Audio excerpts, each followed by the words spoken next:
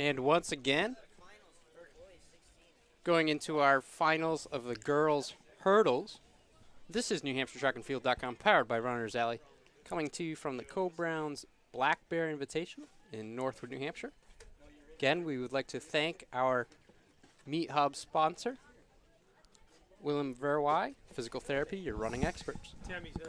Good story about them is I've had a couple athletes go to them, get their gait analysis, running analysis, and they're not trying to change your stride necessarily. They're just helping you improve different muscle groups, different areas. So it's a really beneficial program and screening kind of where it's, they would analyze what you have for a run, and then they say, hey, try these stretches, try these drills. It'll help the strengthening out. So I think all of the athletes that I've had go to them have had positive feedback. That's I good. haven't made my way there yet, Nope. but I will. I know I keep seeing him, and I keep telling him I will go. So it's a matter of time. As we have our finals, the girls, 100 hurdles. Yeah, looks like St. Thomas. Tell you, she's been impressive last week and this week. Yep. Coming across that line, right in that 16-second range. And I clearly called that one earlier.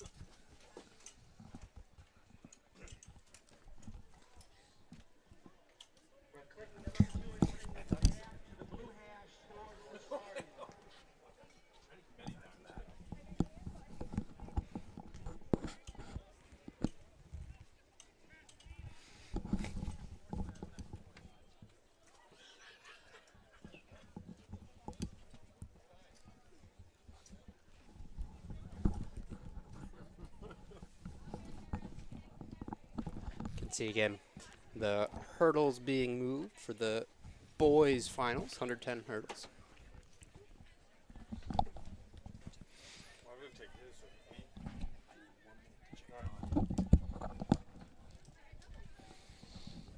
So no Orion either this week, huh?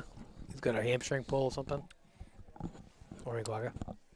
I don't actually know. Yeah, that's what Tim's saying earlier Yeah. in the week. He told me, Tim said Orion wasn't going to compete unless Billy Powers was here. He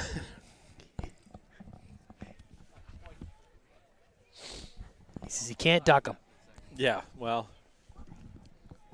I mean, I'm sure he wouldn't back down from competing against Billy, but No. Billy's at a different level. Right. As good as Orion is. Yeah, but he's good, though. So it's Orion, not Orion. He's more of a, well, I shouldn't say that Billy's not an overall well-rounded athlete because he's a pretty darn good high jumper, too. Orion throws the javelin too, right? Yeah. Throws it pretty far, Discus. 150-something. Yeah. Picked up the discus this year. I saw Billy ran a half mile this year, too. Did he? Yeah, he did pretty well. I'm sure. Yeah, he's got some wheels. It's funny you bring that up. We saw Orion run a 1,500 in indoor. Yeah. 452-ish. That was right around that Wasn't 455 wasn't terrible. or so. No, it was good. A couple of distance runners, though, were killing themselves to not lose to him. Yeah, it made it a little bit fun to watch. Two of them did.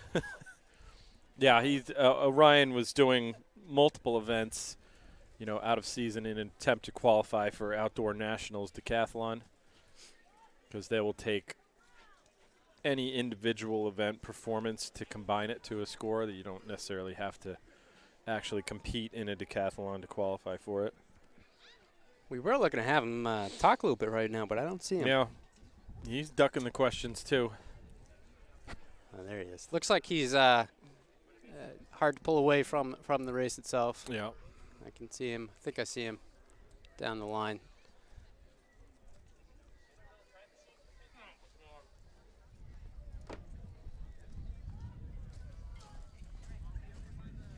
But Yeah, as you guys were saying, he's a very strong athlete. A very versatile athlete.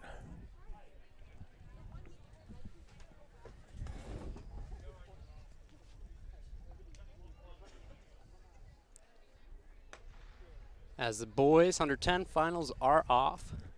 That's Portsmouth Christian and 2 Concord athletes. Merrimack, Pelham, and Portsmouth. Yeah, looks like we have Concord out in front right Yep. now. Some good form, very clean across the line. I believe that is the younger brother of Angel Feliz. I was thinking he looked A familiar. very talented runner from Concord, runner and long jumper.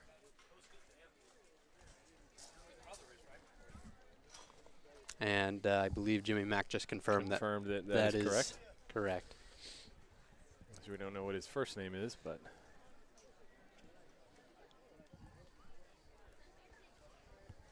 Very impressive run from him. yep.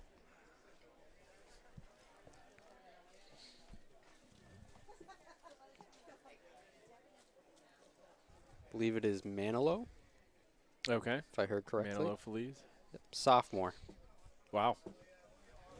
So That's impressive in a skill event like the hurdles to be yeah, he looked smooth. that strong as a underclassman. He definitely looked very smooth for a sophomore. Yep.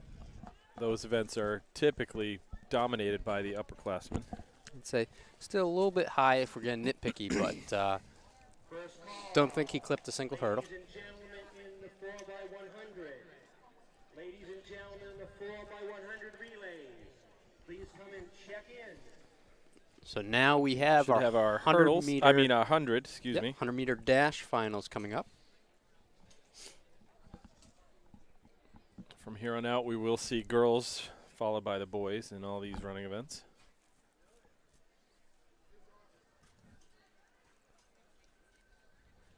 Yeah, starting to warm up on the track just Yep. in time for these dashes.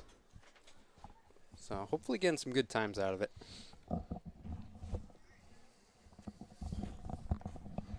And those 2-milers who've already run begin to appreciate the difference of the order even more now when they see the sun come out. Oh yeah, I think that's one of the, starts to creep up. that's got to be one of the reasons why that 32 is in the morning. Makes pretty exciting relays at the Yep. end, and it makes you go to your depth of your team because it takes a certain athlete to be able to double 4x8 to 4x4.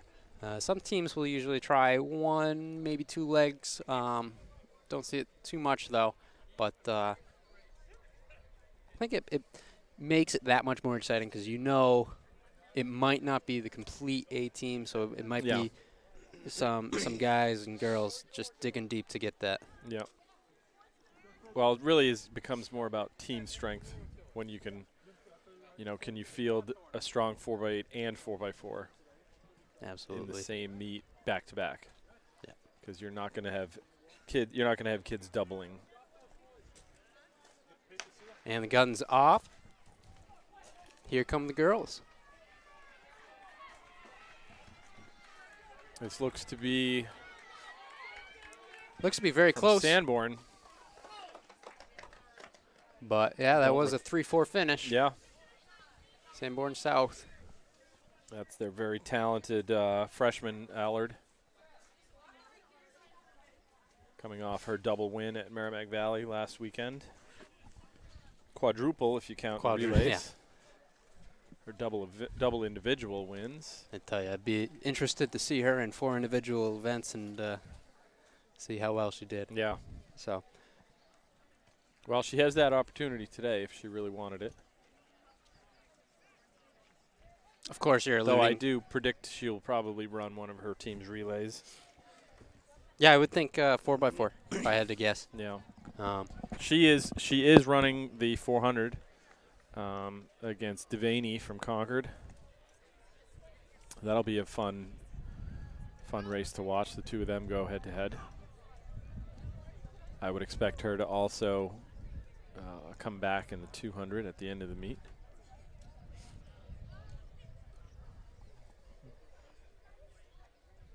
What's the easier quadruple? 1, 2, 4, 4x1. 1, 2, 4, 4x4. Well, obviously with the 4x1, I think that would be, it's just overall less distance, even though you got some events more back to back. If you put me up against it as a sprinter, easy. Only won 400.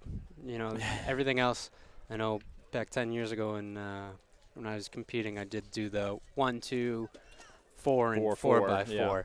Yeah. That was a challenging day, especially because we did have trials and finals at 200 back then. Correct. That added a little bit to it. So, boys dash finals is off. I think it also would depend on what your stronger relay team was. Oh, absolutely. If you don't have the other 3 sprinters, it's hard to do that 4x1. It is. And it looks like Sanborn. So they go top girl and top boy. I believe that was Kashif. Yep. Oganum.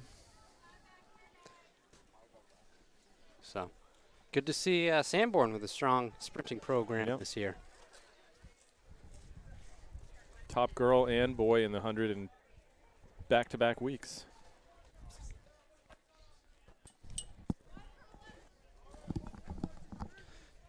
So, with the dash and hurdles finals completed, we now see one of our most anticipated races of the day. let's switch our view a little bit so we can see what's coming up next. You can see those girls right on the edge of the track getting ready for the timers to finish up with the boys. Boys have been dismissed. Although, unfortunately, I don't see. She must be a last-minute scratch. Julia Robitaille not on the starting line. If she was slated for this. Yep. That is. Yeah, it was going to be her and Anna Harmon head-to-head, and that was going to be a highly anticipated race. So unfortunately, we won't have that.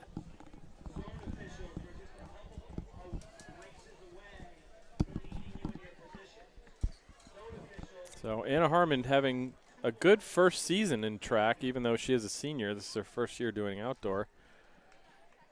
Having run a 2:17 800 last week at Merrimack Valley. Yeah, I know Black Bear wasn't originally on our schedule. It was kind of a last week type thing. I think some of that might have actually had to do with the fact that Julia was going to be here.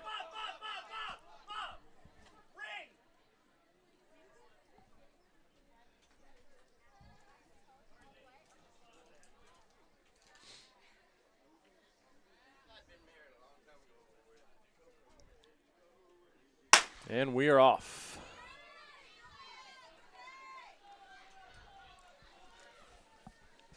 Looking like a good start. Yep. Again, they'll merge after that 100 meter. Again, hopefully taking that tangent to the next corner. We do see, I believe that is Anna Harmon, well out in front. Some of the other names in this race, we've got Marissa Romano from Sauhegan, Kay Partridge from Hollis Brookline, Peyton Giles from White Mountain, Caitlin Pepin from Central, Ellie McDonough from Co-Brown, Mackenzie Hayden from Sauhegan, Grace Corbett from Merrimack, and Cassie Hemming from Kemble. That rounds out our top 10 seeds going into this race. And you can see just how much of a gap she put on right away. It does look like she's easing back a little bit, so I think she just wanted to get out in front, make it known that she is she's trying to make herself untouchable for the group. Kind of a mentality for the rest of the group. She is that style of runner, though. She goes right after it. She's never been one to sit back and go with the crowd. She goes at her own pace. And she does come across at 111. The rest of the group 444 pace. Coming at 119 or so. That's so that'd be about 516.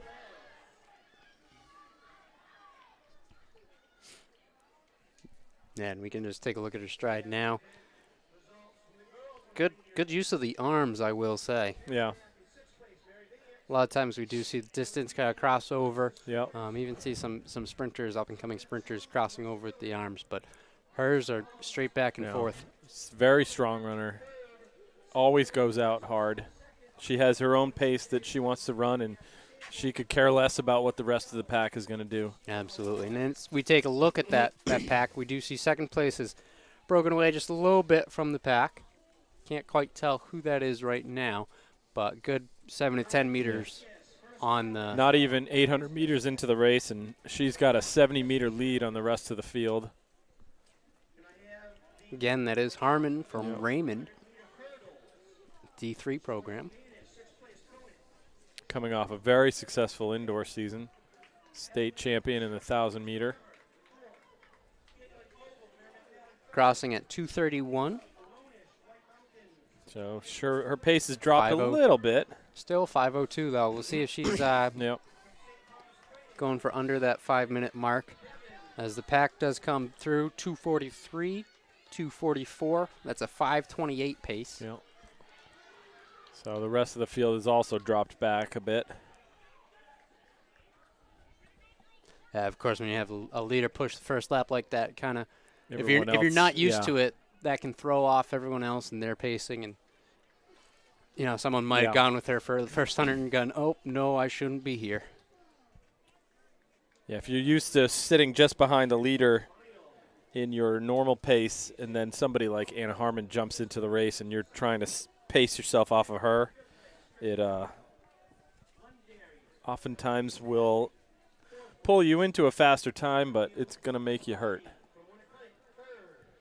Devin Jones, Manchester Central, second. And the boys winner of the dash today from Salem Regional. The time of 11.57. 500 meters to go, or a little less than 500. Yep. Doesn't look like she's straining too bad. Nope.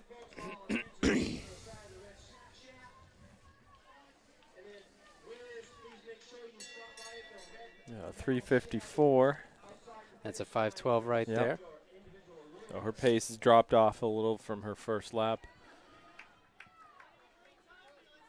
So yeah, again, getting out strong and then having that, just keeping that same distance from that pack. Pack came in about 4:08ish, so that'd be about a 5:30 or so, right around a 5:30. Yep. Well, in one of those unseeded heats, we saw the winner of this first The first unseeded heat. heat ran about a 5:30. So this seeded heat not running a whole lot faster than them.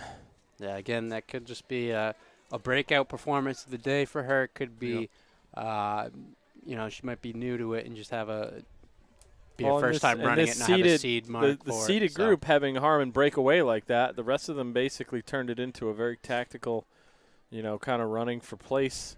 absolutely. Which, Does look- which isn't, it's not a terrible idea given, Right. that it is a varsity race, but really that's a championship style tactic. That's not something that you would normally see in a invitational race. So we do see Anna Harmon 5:12. coming across 5:11, 5:12. Good first effort for her. And a close race for second Yeah. place. Between Caitlin Pepin and Marissa Romano. It looked like Pepin just nosed her out. And we're at that 5:33, 5:33. 34. Yep. So, again, that Unseeded heat probably would have placed overall. yeah, that was right. It would have been right in the mix. Mm-hmm.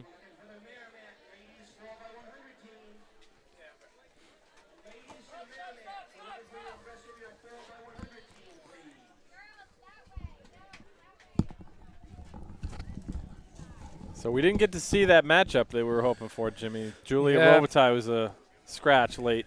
Yeah, I wonder what's going on there. Yeah. That would have been a good race. Yeah, I mean, Harmon, like you had said, she wasn't waiting for the pack.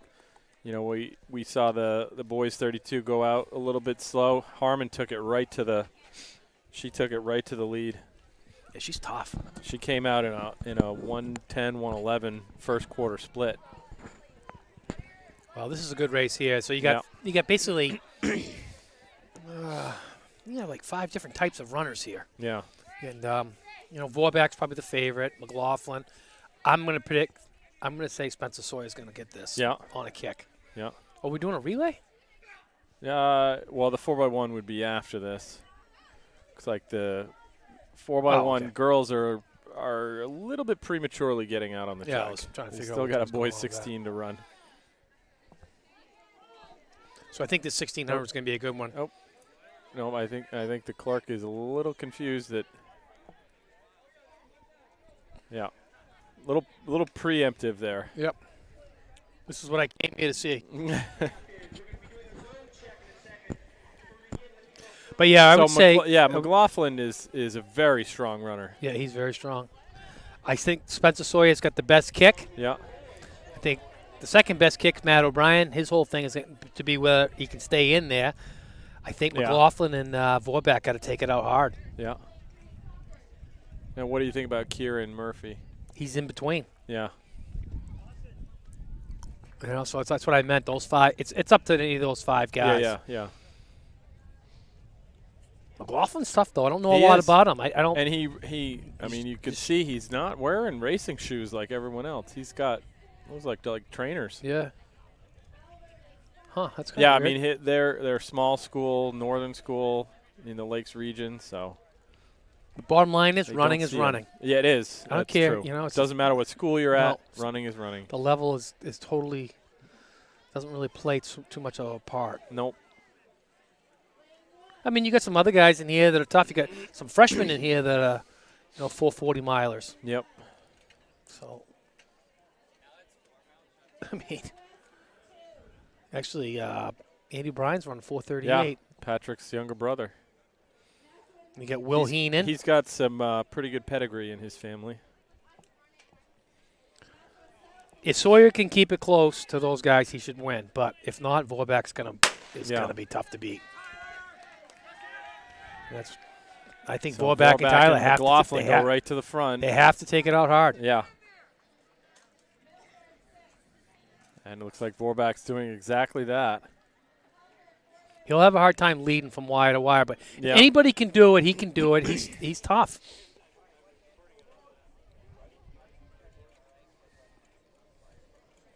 It's already separated. Well, that's our 5 right there. Well, kid from Winnicott. Is that Yeah. Donnelly? I'm not even sure who the Winnicott Yeah. kid is.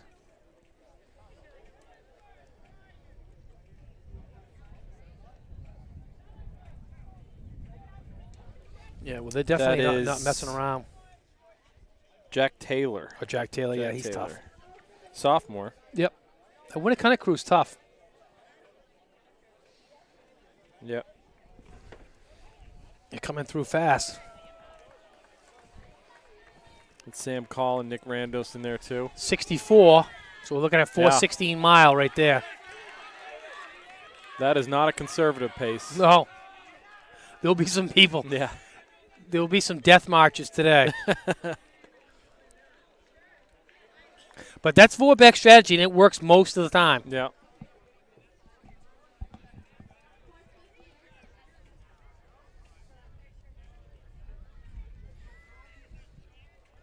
It's going to be that horse that runs out front. Yep. It's a tough way to run, but Yeah. I mean, if you've But done it, it's- if you've done it and you believe in Yeah. yourself, sometimes you feed off of it. Yeah. Well, and it sends a message to the rest of the field saying, Yep. you got to come and get me.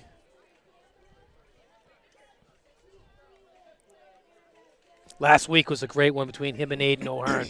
O'Hearn had him, and he just, ran to every last drop. It wasn't quite like an Alex Saveliev death march, but it was a good one. So that second group is content right now to just sit behind him. He went through in 2:10, so we're talking 420 pace. Yeah.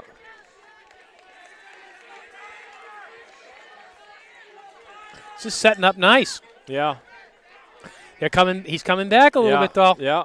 Yeah, they have the advantage of kind of working as a team to get him. It's only a 2-second But lead. it looks like McLaughlin's going to take it and just go after him on his own. He's not going to wait around for those other guys to help him.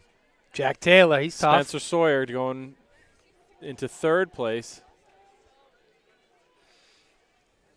Spencer's just got to keep it close. If he can keep it close, he can get him on that lap. But we'll see. We'll see what happens here. Yeah. Ballback looks pretty comfortable. That's a pretty good lead. McLaughlin and Sawyer they need to go together to cut that lead in half by the time they get around to that last 200.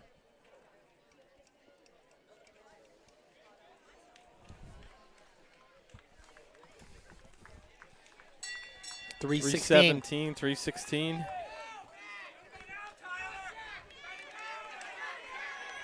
Yeah. McLaughlin's coach is telling him he's got to go now. Watch Matt O'Brien. Matt O'Brien's sitting right where he wants to be. This Yeah. could set up for a good one. He's just got to believe in himself. He's got to stay locked on Here him. goes Spencer Sawyer. He's going to take a shot at Vorback. Watch Matt O'Brien's last yeah. 200. He might be able to get McLaughlin, too. He's got a killer kick.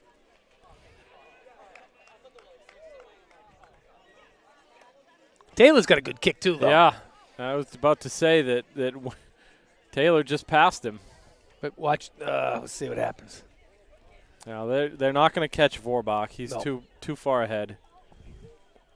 Sawyer will make it competitive. McLaughlin's got a good kick, too. Spencer Sawyer better change gears. Yeah. 422.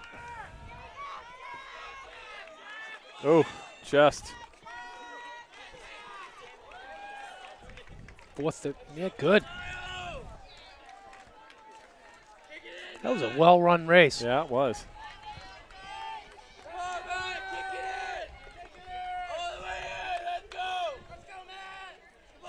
Sawyer Vorbach wins gun to tape. Yep.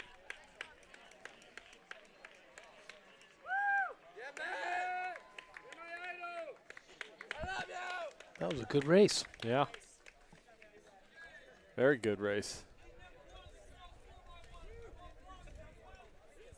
Taylor's impressive for a sophomore.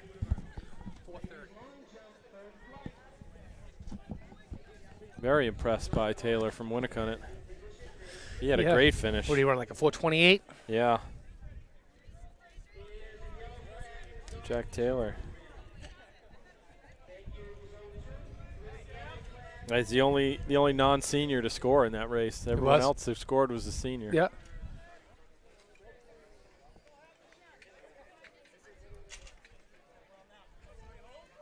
The girls 4x1, so we get to see our first relay of the day.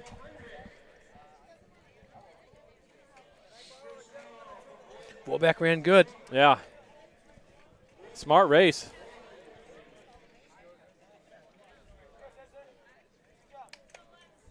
He just went and said, all right, guys, you got to catch me. Right. I'm going to run my race.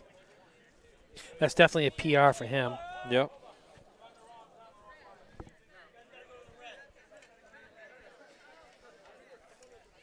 Now, we had this issue before in years past. 4x1s starting at the wrong stagger mark.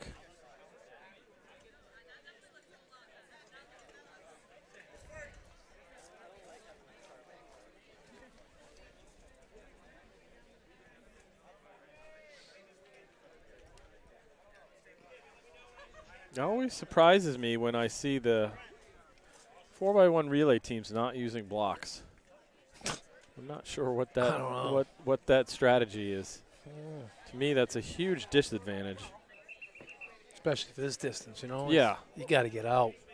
400 on down, you should be using blocks. Unless you're a middle distance kid who's not going to practice those kind of starts.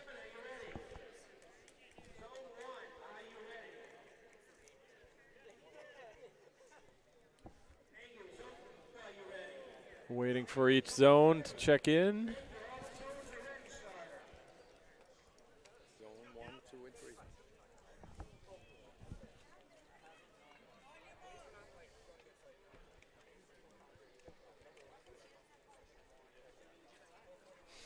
I mean, Vorback ran 421, but you know what the record is?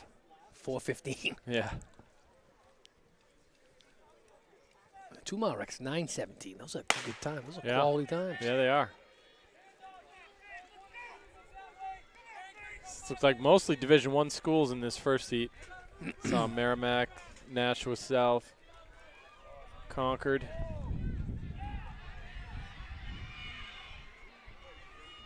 That Nashua team is good.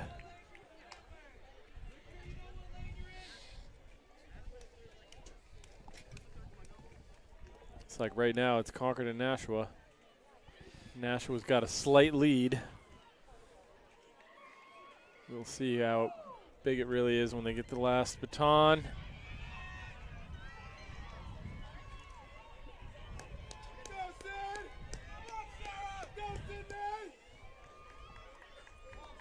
We got Nashua South, Concord, Sanborn, and Plymouth. So Allard's streak of wins comes to an end. Is that her right there? Yeah. They're 4x1 won the Merrimack Valley Invitational last week. She anchored it. And then anchored their 4x4 to a win. And then won the 100 and the 200. Wow. And she won the 100 earlier today. Yeah, that 400 race is gonna be a good one. Yeah. Her and Devaney. Devaney, yep. Devaney ran the second heat of that race. Second Second leg. Yep. Yep. Yep. Sprinters are much more able to do multiple races than the distance runners can. The demands of their race are quite high, but they are able to recover much faster. But that was a good one. The handoffs weren't real. I mean, They there was were, yeah. nothing. They was, were clean. Yeah, nothing was bad. No ugly ones. It's like God gave you an exchange route, exchange zone. Use it. Use it, right. I was telling that to my son today. I said, even 4x8, use it. Yep. That guy's got momentum coming in. Right. You know, you might as well get Right. going. Yeah, no matter how slow they're running, they're moving faster than you standing still. Exactly. And if you multiply that times the 3 handoffs, Mm-hmm.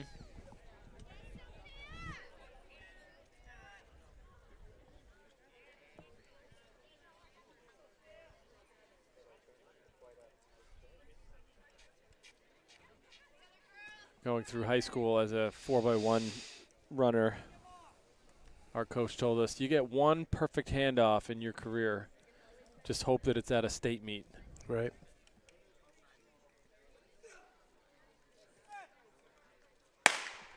Heat 2. Looks like there's Londonderry, Oyster River, Portsmouth.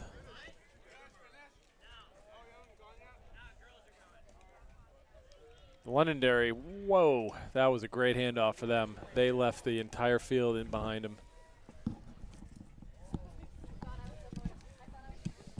Oh, they had some trouble there with the third exchange, though. Second exchange.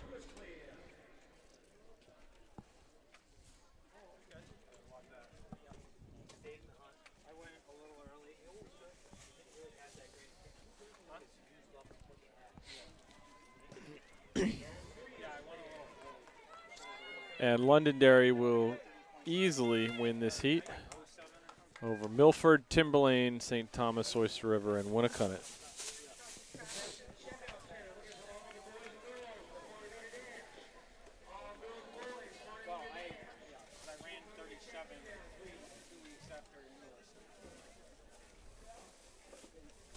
Next heat of our 4x1 is coming onto the track.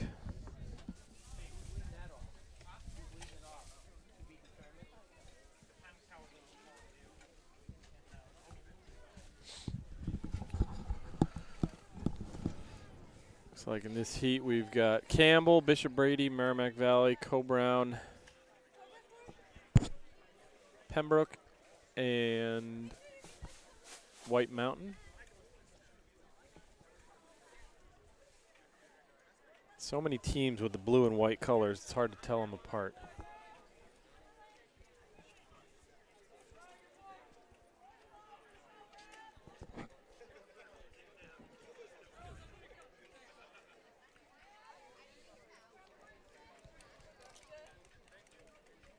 The blue and whites and the red and blacks. Yeah, You know, yeah.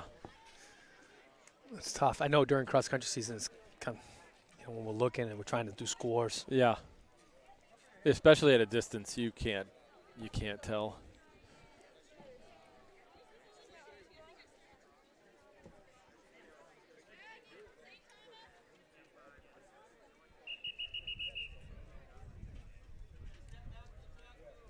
Conant, though. Conant's uniform stands out pretty well. Not too many schools use that orange. Yep. Keene used to be more black and orange. Yeah. You know, that would be a. Remember when Sauhegan had those really weird ones? And Lebanon had some really weird ones. Oh yeah, the B stripes. Yeah.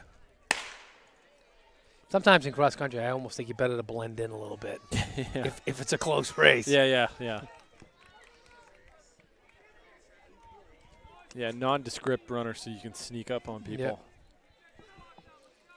I've always hated about the run to fall as a coach, and you run by a group of kids and they start yelling your name, and you're trying to sneak up on somebody and pass them. Oh yeah. And you're like, come That's the on, I'm worst trying to thing. pass this person. Stop it.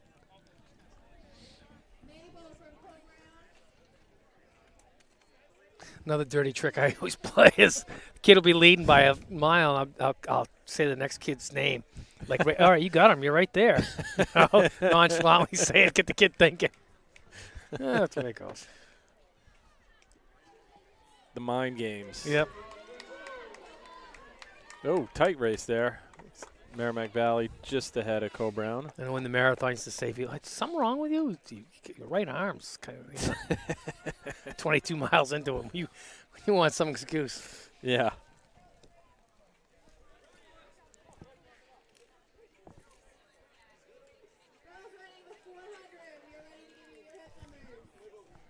Something wrong? You're sweating an awful lot. Yeah, I don't know.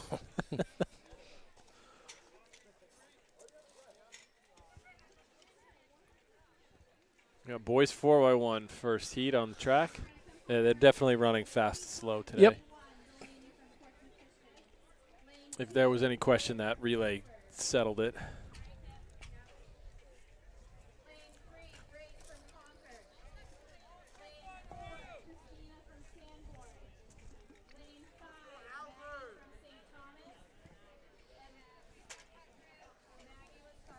Always wonders, like, you're at a race and you see all these signs saying don't go this way and everything's roped off. Would you keep just walking towards it? Probably not. I don't know. You got to know what that danger is. Yeah. I was. I don't even know if I want to say this, but I was at why the Grand Canyon. Yeah. The guy bringing out a blind person to the edge of the and I'm like, whoa. So I realize you want to bring him to the edge, but why do you Yeah. have to bring him right to the Yeah. edge? You know what I So- mean? Yeah.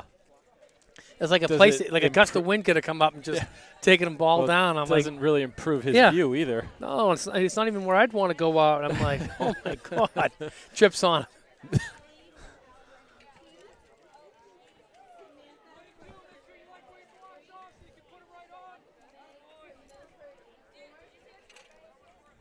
Tight race here between, that looks like Merrimack and Sanborn. Oh, and here comes Alvern. Yeah, I think Alvern takes that one. Yep. Oyster River actually, I think, pulls into that second spot.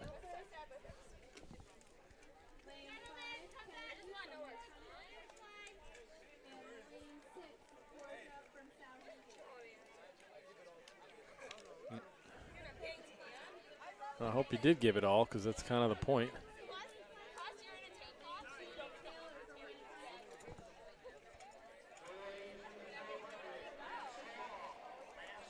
So we saw Manolo Feliz in the hurdles. Is he better than his brother? Yeah, he's pretty good. He's a young runner. I mean, his brother. It's hard to say when, one's a sophomore and one's a senior. Yeah, I mean, right. his senior year, that was That was the something reason, else. That's the reason That's- Concord won. yeah, Yeah, Will he develop into it? We'll see. yeah, He's starting to, he's lankier. He's a different shaped kid. yeah. So we'll see if he grows into the. Yeah, to the Angel same- was much more of a compact Yep. powerhouse. And I think when you're compact, you've got an advantage. Yeah, As you're growing up, yeah, there's less movable parts. right. The coordination develops quicker. Yep. But as we were mentioning, Usain Bolt, there's some advantage to being that tall too. Right. He did develop. There's no doubt about that. Yeah. Yeah, I think once you've developed, but he's got stuff going all over the place. Yeah. When he tightens that up and gets all his full strength, Yeah. I think he's going to be a hell of a hurdler. Yep. And his brother wasn't a hurdler. No. He wasn't. He was the long jump and sprints. I think he probably could have been a pretty decent one though. Yeah, you run out of events for kids like that. Yeah. Yeah. When we had Reggie Snowden win four back in the 80s, he could have won a lot of other events. They only let you go in 4. Yep. He could have Yeah. easily. Londonderry had a kid, Freddie Wills, who easily same could have thing. won 6 events. Yep. But you only get to do with 4. Right. I remember reading an article several years, like probably 7 or 8 years ago. Texas has a different restriction on their entry limit. They let kids compete in 6 individual events. And there was a girl in a smaller division who won a state championship by herself. Really? Won 6 individual events and won the state team title by herself. Oh, bad handoff there. That's a DQ. Not sure who that was. I think it was Nashville South. Was it? I thought they were in that first heat. Let's go, Braz! I'm through. Let's go! Finish! Let's go! Finish! Well, it was the Nashville It's South north? guy that moved that I heard moaning Yeah, around. So I heard. So I'm pretty sure. I heard the general behind us. We only have one runner in this race.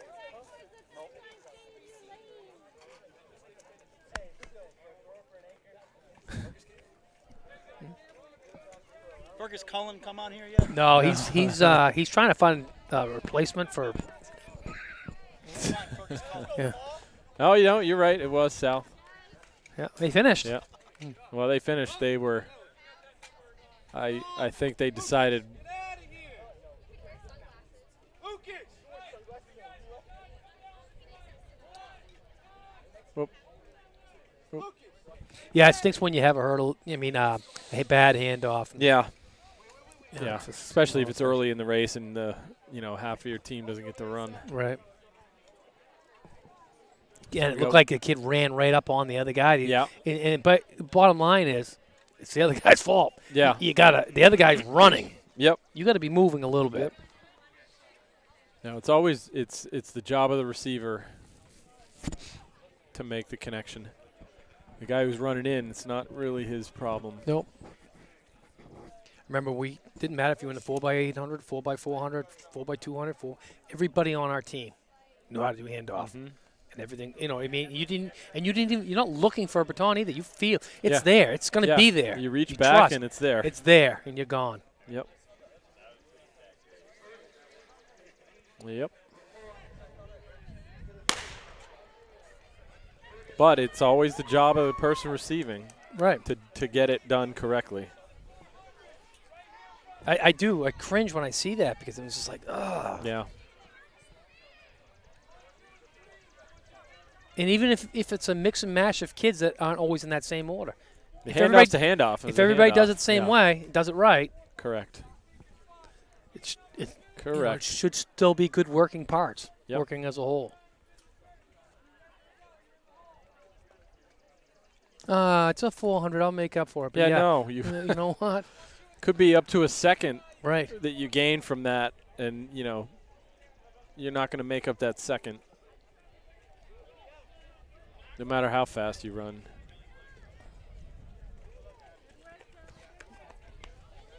Because that second just makes your team faster. Yeah. A good way to look at it is time a second out. You start a race, start a 400, and give that other person That much of a lead. a lead. See Say, if you okay, can catch them. Yeah. See,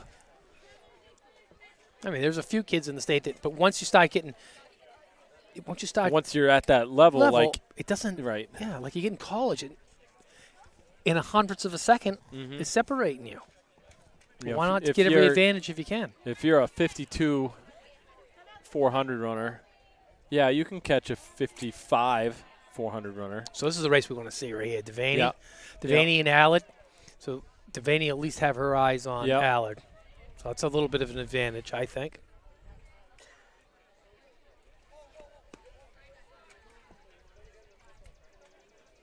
Devaney's got a lot more experience, too, being is she a junior?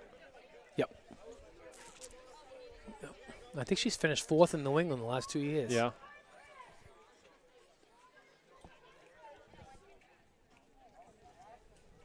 Fergus Cullen?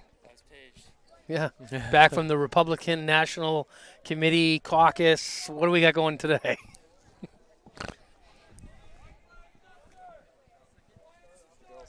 Yeah, I'll do this 4x4. I may do this 400. It's going to be a good race.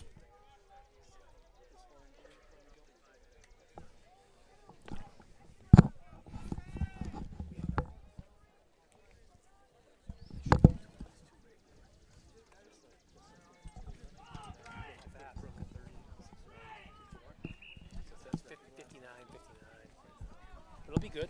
How about the baseball? 2 no-hitters.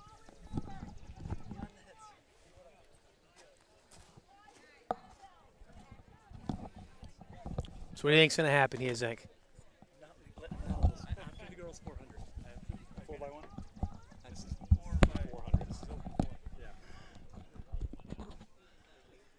So what do you think's going to happen here? Tim Cox is on Is this the open 4 right Devaney and Allard. now? Aller's going to win. I don't know. Devaney's a veteran. I mean, she's got a really strong kick, but Allard's definitely the up-and-comer. I mean, you guys saw that 100, right? She just ran the 4x1? Yeah, they both did. Uh-huh. Devaney's got the strength. Devaney's out early. She already made it to stagger. They're both very efficient runners. Devaney's out hard. Yeah. We'll see how That's going to be hard for Allard to come back on this one. To be struggling in that 4x1, too. Well, the sun's coming out, and even though sprinters love the heat, it's a definite change in Devaney is weather right now. a horse. She is tough. She's got it. She's been waiting for some challenge. I think Allard just Devaney. looks like she's just tired. See what she pops for a time. Yeah, I'd like to see like a 58, 57. Oh, no. Well, you hate to see that, but Devaney's rolling. 57 point. Yeah. So that's Grace Devaney from Concord first. We'll see what this comes up as. Yeah, Devaney's tough. All right, I'm going to hand this off to Fergus Cullen, the historian of New Hampshire track and field and cross country, ladies and gentlemen. He spent a lot of time in basements researching all the history of New Hampshire cross country. Here we are, Fergus Cullen. Good afternoon, everybody. We are here on a beautiful day for track and field at Northwood's Co-Brown Academy. These kids have been waiting a long time for weather like this to actually get out there and show what they can do. April is such a tough month for track and field athletes. A lot of cold days, a lot of raw weather to get through. And then finally the sun comes out, you get a day when it's in the low 60s, you can accomplish what you can really do. What'd you think of that last heat? That was a fast heat. I love the dive at the finish line by Guilford's Lauren Dean. She set a school record there that had stood for more than 30 years Wow. last weekend with a 61 point. Looks like she ran another 61 point today. What year is she? She is, I believe, a sophomore running her. This is really, she's not a track and field athlete per se. She's a all-around athlete. Played basketball this winter. So all-around good athlete then. You know, track and field really, it's a great sport for people who are just playing good athletes, kids who are good athletes, because there are 17 different events. They're going to find one that they're going to be good at. And so if they're a boy or a girl who's just a good athlete, there's going to be something they can excel at.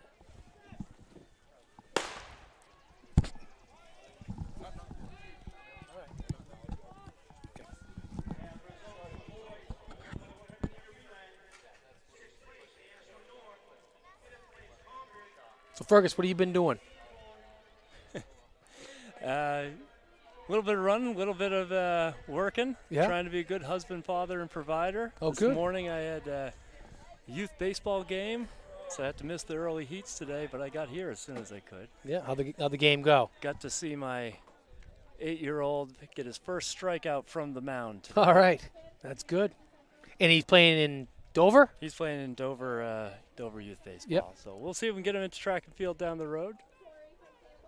Right. We were just talking about that earlier, like kids playing multi-sports. Like my kids all played right up into high school and stuff, and then they decided, where they were going to go, like their junior year, what sports they were going to play. But I think playing all the different sports is a Timberlane good coming thing. down first across the line, followed by Portsmouth in this heat.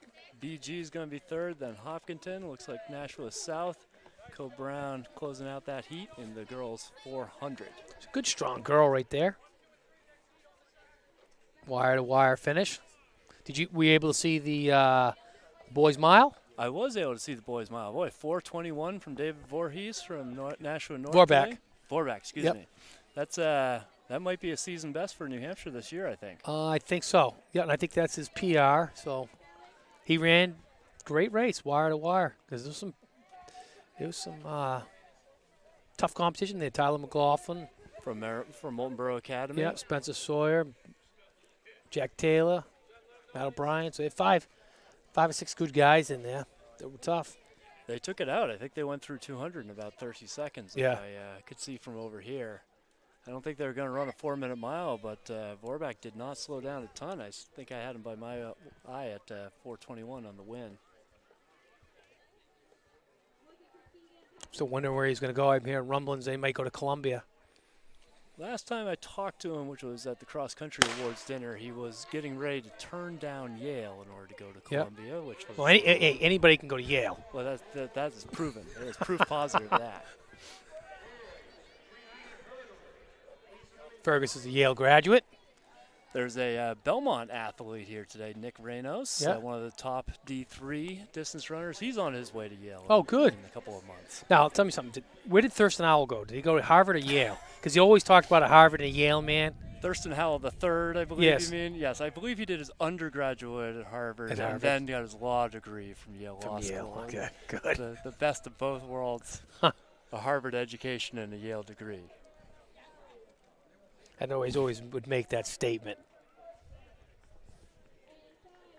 That reference may be lost on younger listeners to Yes, the it would. podcast today. Gilligan's Island. Here's the third heat coming down. That bear climbing on top of these girls' backs as they come down the final straightaway. 400 is a tough physical event. That's Plymouth in first, Milford in second. Alvern's going to get third with Campbell in fourth, and Alvern closing it out.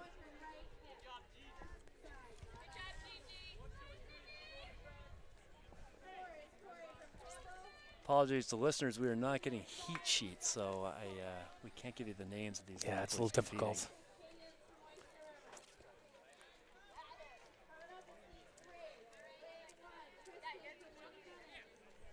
I know Jimmy's a local, but you got to tip your hat to the Co-Brown track and field community for being able to pull off some massive meets like this. Lots of athletes, lots of logistics, takes dozens of volunteers. Set up, I'm sure, for most of the day yesterday, getting ready. And most schools, frankly, could not pull off a meet of this caliber and this size. And Co-Brown does it on a regular basis. Yeah, and they've got a great community around them, and they figured it out. They definitely figured it out.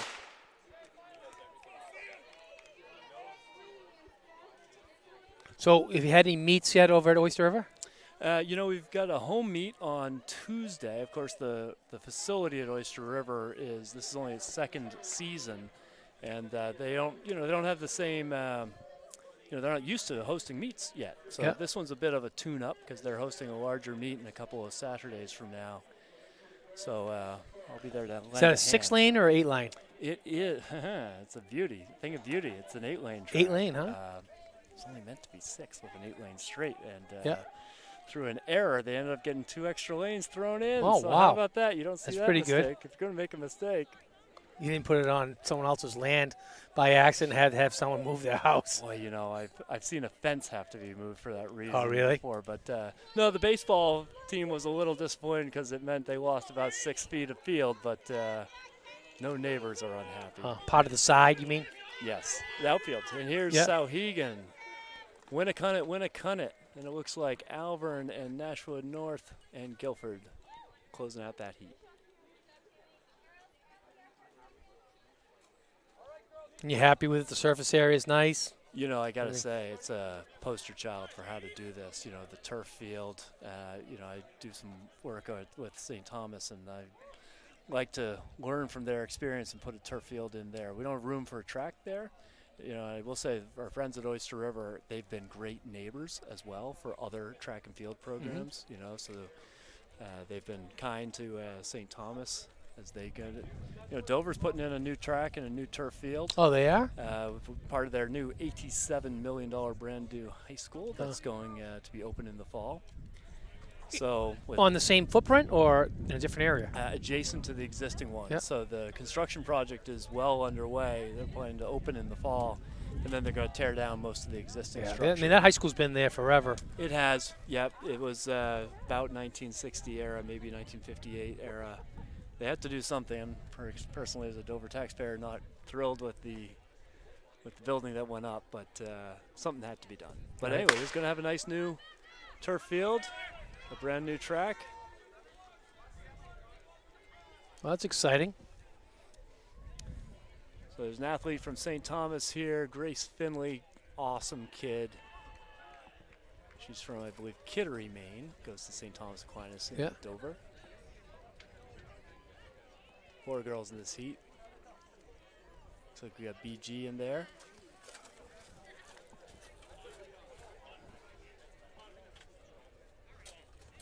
So, are you coaching at Oyster River or are you coaching at St. Thomas? Well, I am not.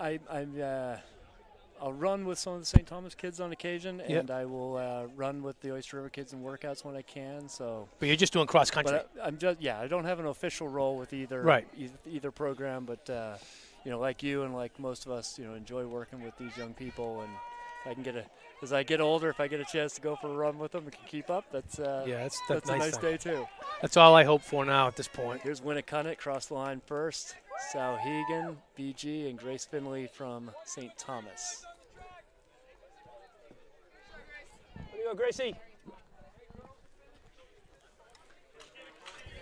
Athletes cross the line in the 400. They look daggers at you because they are worn out. Oh, yeah.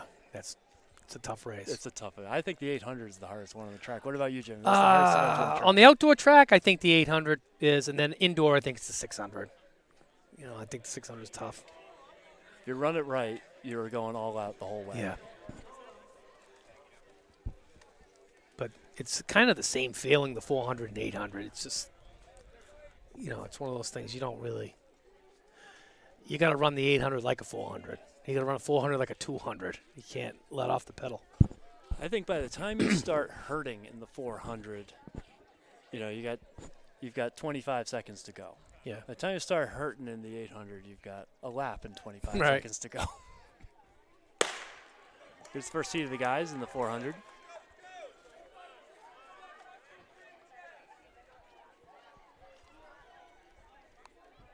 Kid from Sanborn is the one to beat. He's seated like 2 seconds faster than everybody else. I think he finished second last year to Noel Woodman in the States. Be the champions. Boy, Anna Harmon from Raymond, she's been making fields look silly in the 800 and did it again in the mile today. Yeah, she's a stud. I mean, she won that by 16 seconds, I think, Yep. today. Yeah, Julia Robitaille had scratched. I was looking forward to them two battling it out, but Anna Harmon's tough. I wish she was around last year when she could have battled all those girls in the 800. All right. That's Sandown in front. Sanborn. Sanborn, excuse me. Yep. My apologies. Sanborn. Then I think we had Guilford, then Oyster River second. Hollis Brookline third. And that was Sanborn from Kingston, New Hampshire. So they got two of the best 400, girl and boy, in the state. Out of Sanborn. Yeah.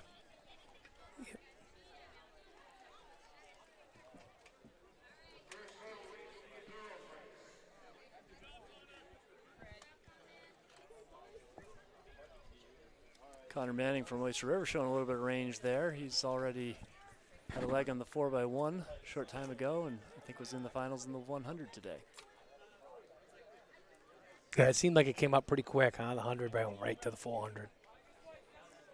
Well, again, you know, look, big track meets like this, logistically hard.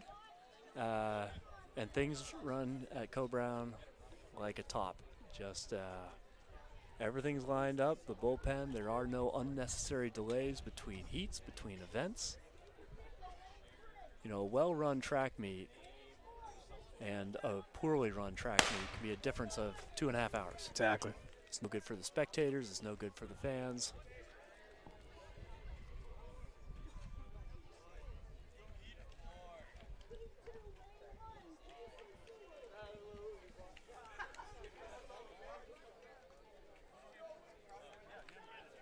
So is this your first track meet you've been to this year? You know, it is. It is.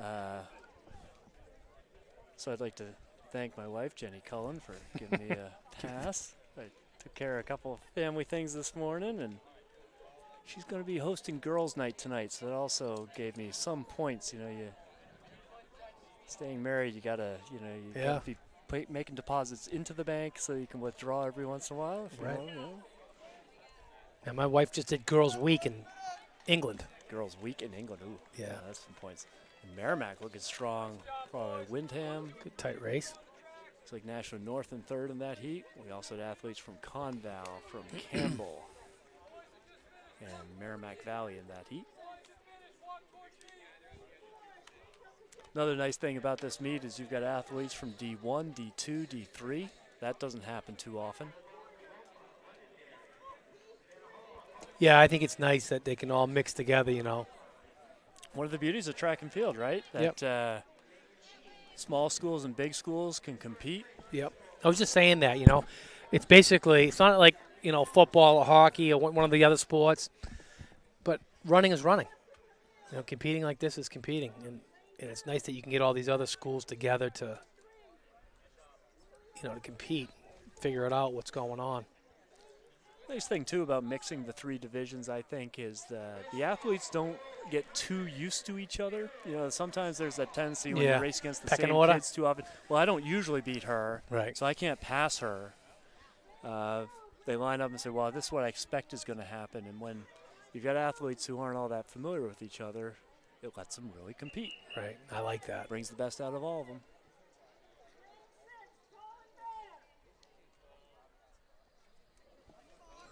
Next heat, we got athletes from Portsmouth in here. Conval. Merrimack Valley.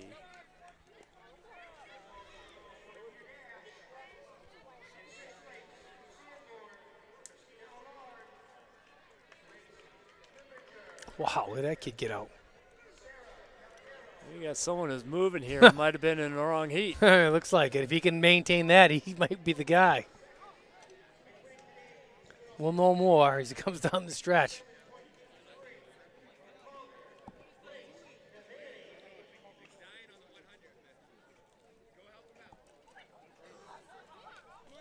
This is usually where you find out.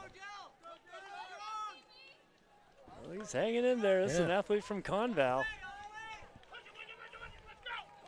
Got to go all the way through. God, he could win this thing. 51? And South. Merrimack Valley, Londonderry, Timberlane, and Portsmouth. Tell you what, he definitely was right in the hunt because he was 51 something. I see one of his teammates there with a look of kind of semi-astonishment over there.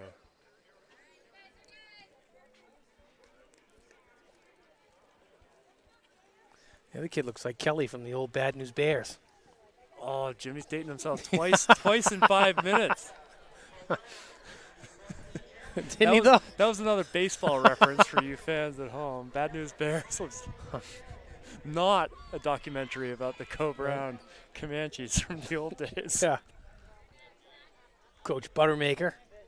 Boy, there's Al Pike from Foster's is walking by. Now, there's a guy who's covered a lot of track meets in his day and gets the kids' names in the paper, gets their pictures in the paper. You know, track and field doesn't get the same amount of coverage as some of the other sports, but I got to say, Foster's gives our Seacoast area kids the kind of coverage that we'd like to see them have. We're lucky to have them here covering today.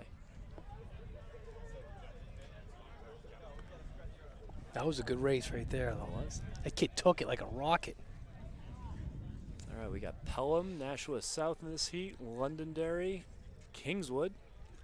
Young Jim Huckman from Kingswood, he's a junior. quite an athlete, extraordinary family. He's got a twin sister, Sarah, who also runs for Kingswood. We were talking about Kingswood earlier. They always seem to put out a good 4x800 team.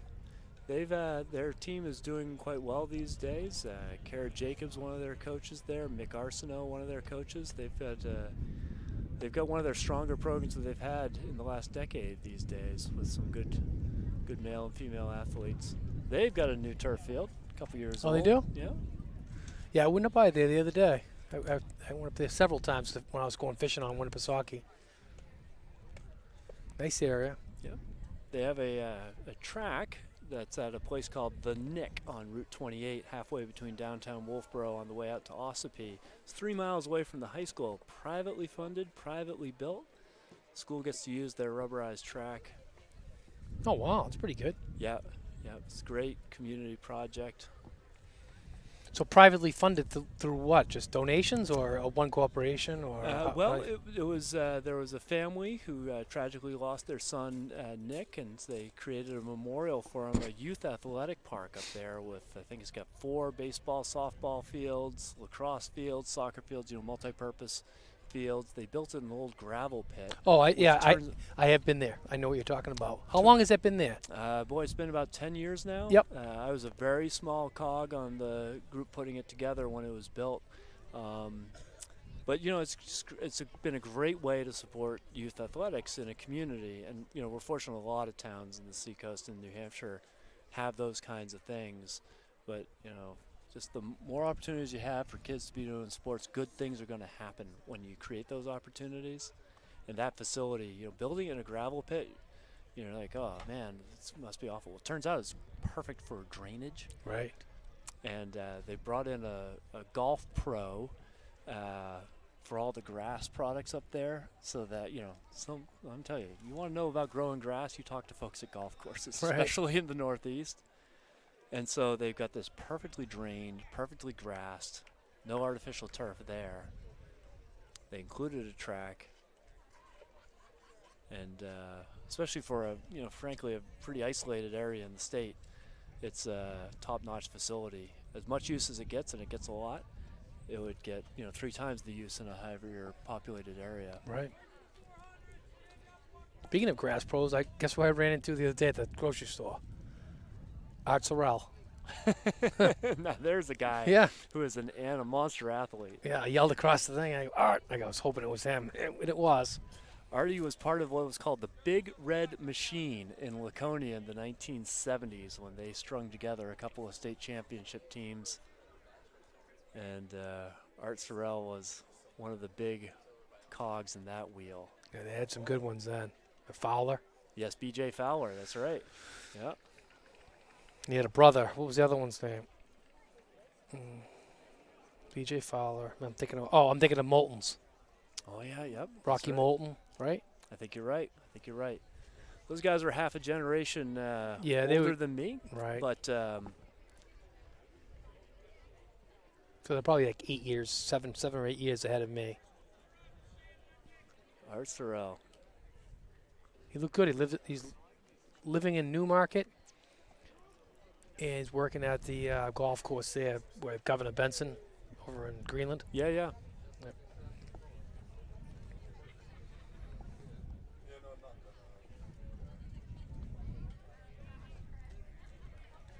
Yeah, I don't think anyone's mowed a blade of grass in New Hampshire yet. Maybe a couple of people at golf courses. I was out in the woods last week, and actually took my kids up on Blue Job with yesterday. I'd say the woods are a week and a half behind where they usually are this time of year in terms of ground cover. I still had snow this morning on my run in Bear Brook. Did you really? Yep. Still snow. And I was in Vermont yesterday. It was still snow. We had a Muddy Moose Trail race up in Wolfboro last weekend. There was more snow than we've ever had. Huh. Totally runnable, I got to say, but that was before the real heavy rains, of course. But right. Nonetheless.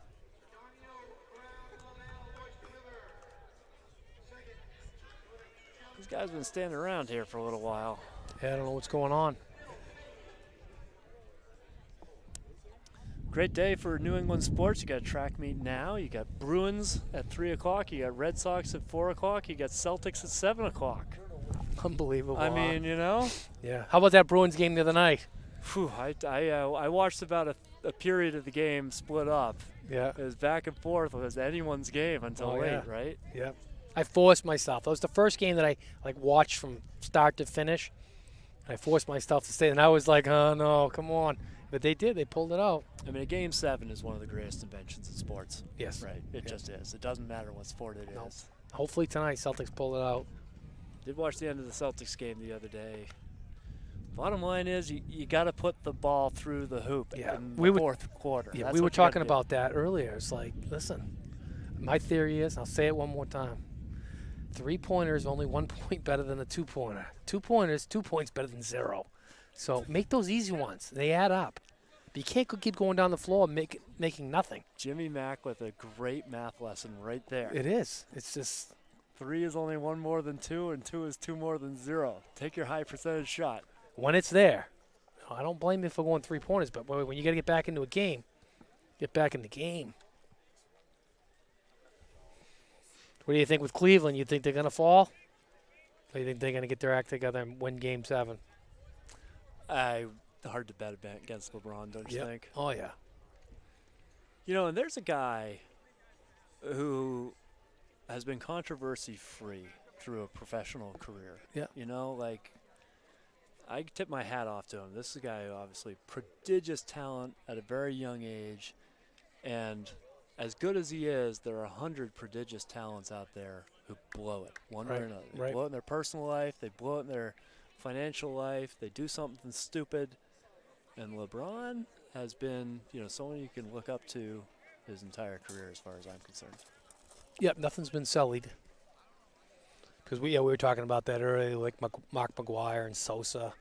It's like, God, guys, Barry Bonds. Right? Why? What?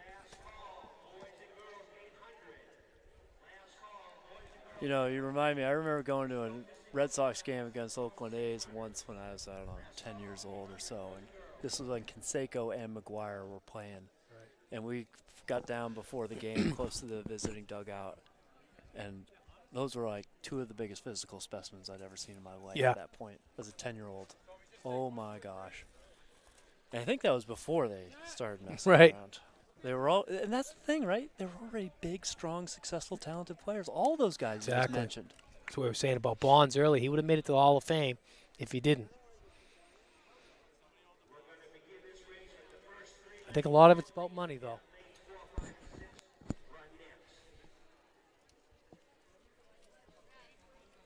I don't know what the snafu was here, but it's a lot of standing around.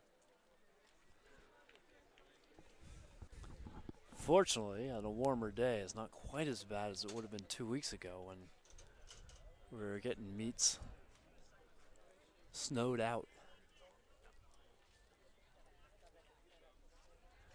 Boy, they had a meet at UNH 3 weekends ago Yeah, I was when they took the covers off the pit for the steeplechase. I think there was ice on the surface.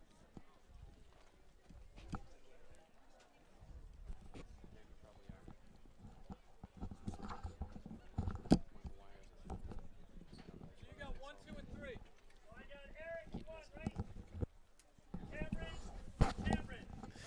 Yeah, that was quite the day there. I went there. It was cold. The wind blowing down, northwest wind coming down across there. I ran into Nancy Eastman that night at Wild Willie's in Rochester, which doesn't necessarily sponsor this particular broadcast, but I recommend Wild Willie's hamburgers. They're very good. And I told her, boy, it would have been a cold day to officiate a track meet today, figuring she had been off. And no, she had been working that She UNH was there, meet, huh? and she was warming back up with some protein. That's another one of those people without whom, track meets don't happen. Those officials who are out there, it's not like there's a surplus of officials who are, experienced professionals Right. able to work meets. A lot of these guys are still around when I was around.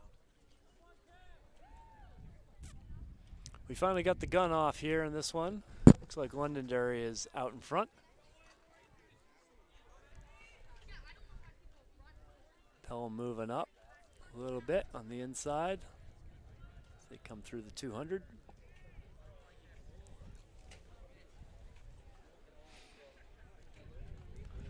Now Londonderry feeling a little pressure on his inside, responding.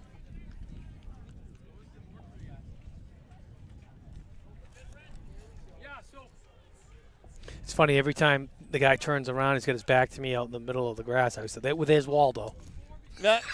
Well, you know, He's got the red and white stripes. well, I wear an orange hat. Here we got Londonderry coming through. And it's going to be South in second, Pelham in third.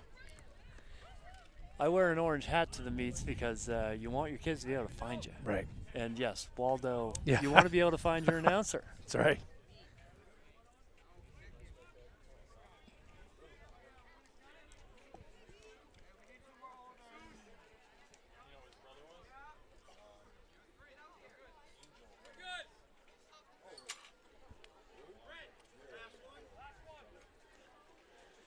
Now, what happened to Mr. Huckman? Oh, here he is. They had to break this heat up into two heats, I think, because they're having a little bit of timing equipment issues, I think. But now we're going to be back in. This is going to be our last heat of the boys 4x400. Yeah, they had one heat with one person, I think, or something. This will make it a little easier for those kids doubling between the 4 and the 8. One of Right. the toughest doubles on the track. There's another I'll tell you. Alberto Juan Torino. Uh-oh. He was the last guy, I think, in the Olympics to win the 4 and 8. He was from Cuba. Oh, okay. I am embarrassed to not know that. His Jim. nickname was the Horse. Huckman on the inside, moving up.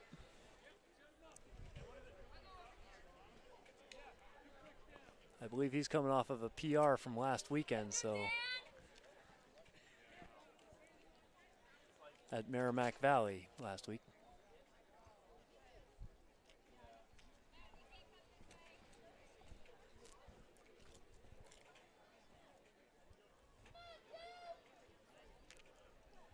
His form is good coming down the straight. Yeah, he looks strong, huh? And well, it's going to be Summersworth second in this heat. Good job, Jim Huckman. And Winnicott in third. So what year is that Kingswood kid? He's junior. Junior? Looks Yep. strong. Yep. Talking with his parents last week. He's they're starting to look at some colleges this week. Looks like a 10,000 meter guy, though. Yeah, he's been one of those kids that's just been, a pleasure to watch develop. Yeah. Of course, the boys, they go to bed and wake up the next morning generally bigger, stronger, faster than they were the day before. Right. And seeing him improve and move up the ranks in D2 has been nice to see. Good kid, great family. Yep. Same thing with his sister. Strong kid, though. Yep. Could be an ROTC candidate. Oh, good. Yep. Giving it some thought and consideration. Hey, have you heard anything about ROTC as far as, like, if you're a Division I athlete, can you compete still? I heard someone tell me that if you're an ROTC student, you can't do a sport anymore. Is that true? Boy, I don't know definitively, but I'd be real surprised. I did a piece about 10 years ago for the Union Leader on a group of 5 New Hampshire kids who had all gone to West Point. This was a group of New Hampshire kids who had all been high school class of 2002. Yep. Which is to say they were high school seniors when 9/11 happened. And so the premise of the piece was that there was something different about this group because they were entering military service knowing they were going to a war situation. Where Right. the class the year before, were making the same commitment but without necessarily knowing that that's what they were getting into. And one of the striking things, Jim, was all 5 of those kids were varsity athletes in high school. One I remember had been a punter for the Kennett football team. And it's funny because he'd branched into artillery. And there was a woman from Derryfield who had gotten 4 varsity letters in high school, 4 different sports, which is hard to do. But another one was a hockey player who, here's something that I hadn't considered. He was a hockey player, which gave him, he wanted to play Division I hockey, and he had an advantage by going to the military academy. Do you know why you'd have that advantage as a hockey player? Why's that? No Canadians allowed, eh? Oh, yeah, right. That's beautiful. So it was the Army hockey coach who had pointed out to him that Yeah. this gave him an opportunity. So, You took it, huh? yeah. But so I would be surprised. In other words, it was clear to me that at the officer ranks, they were looking for athletes. Yeah. They were looking for people who had been team captains. Right. They were looking for leadership. They wanted to see that those kinds of skills that you gain by participating in athletics and competing. So I'd be surprised if Right. ROTC was saying That was my exact thoughts. I was like, are you kidding me? I didn't believe it, but I figured I'd ask you. Now, that being said, it's going to be harder to do. Like, the coach isn't going to be excited that, hey, coach, you Right. know, might have some conflicts on some Saturdays. Yep. There's certain sports where that could be a big problem. So we're going to turn this over for our hurdle experts.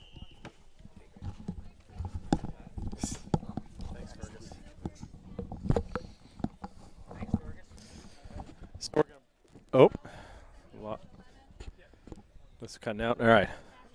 So we have with us today some hurdle expertise. Mr. Orion Klahar from Co-Brown Northwood Academy, current high school athlete. So talk to us, Orion, and what's your approach to this race? So with the hurdles, you have to 300-meter hurdles. You have to go take them out at a steady pace because you want to keep your steps falling in the same amount each time. So normally I'll attack the first hurdle, try getting myself a lead, and then after that you just want to be consistent and try hitting it with the same foot and really push it towards the back stretch. And you'll tend to see that happen with the better hurdlers. People know what they're doing. You'll see them go out hard in the first couple of hurdles and then ease up when they're going around the turn before attacking it in that back stretch. Yep. So we've got Portsmouth leading this first and fastest heat. The heats today are going fast to slow. 49 point for that first heat. It's a good time. That is a good time for girls. They're looking to go under 50. For boys, you're looking at sub 44 to be considered pretty decent. Ryan, your PR is what? 40 point? Yep. 39 high? 40 point. 40 point?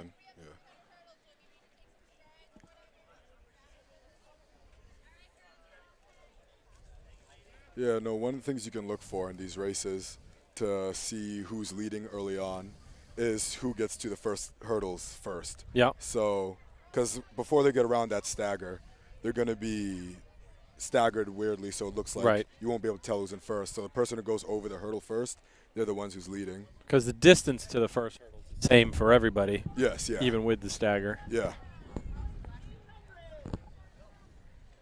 So what do you feel about learning how to hurdle with both legs? Do you think that's important, or is that kind of a secondary? Oh yeah, no, definitely think it's extremely important because even like when you get strong, for the most part, you won't be needing that. But it happens sometimes in a hurdle race. You'll clip a hurdle, or your steps will just get messed up, and you'll be coming up on a hurdle and realize you're hitting on your wrong leg. And the smoother you are with that, the more you can just stay in rhythm and not lose time over it. Because you don't want to be in a hurdle race and realize you're going to have to get it on your wrong leg and either stutter step and lose your momentum, or hit it on that wrong leg and end up tripping or just end up losing all that speed that you got. So. And you develop a feel for that so that you can anticipate several strides ahead, whether you're going to be hitting it with your preferred lead leg or your off lead leg. Exactly, yeah. Yeah, what I always try to do is I try to extend into the hurdles. You don't want to be cutting your strides at all. Right. If anything, just lengthen them out for your last couple of steps to make sure you get it right. But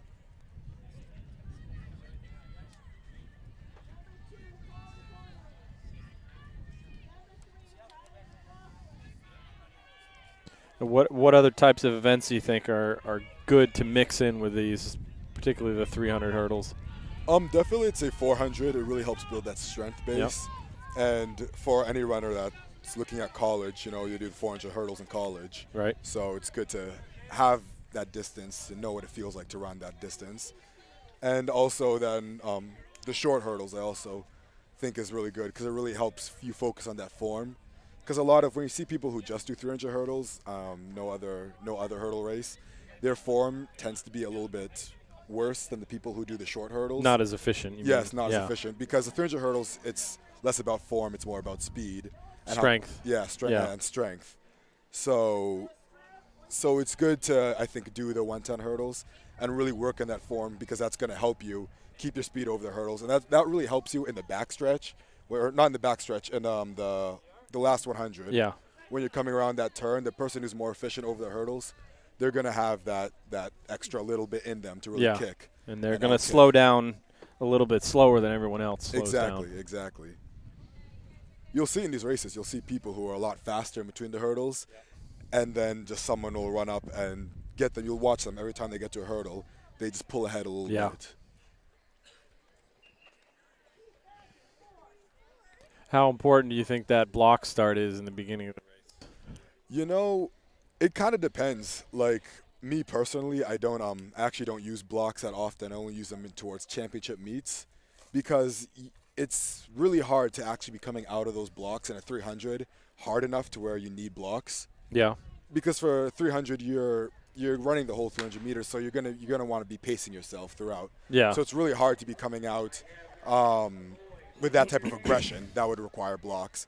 It's more what I focus on when I do it, is I just focus on getting consistent strides to that first hurdle, with blocks or without blocks. Just getting those steps to be consistent to that Yeah. first hurdle.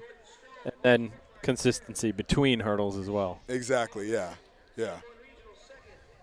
Which is one of the good things also about knowing how to hurdle on both legs, is that you can be a lot less consistent and still maintain a good stride rate. Yeah.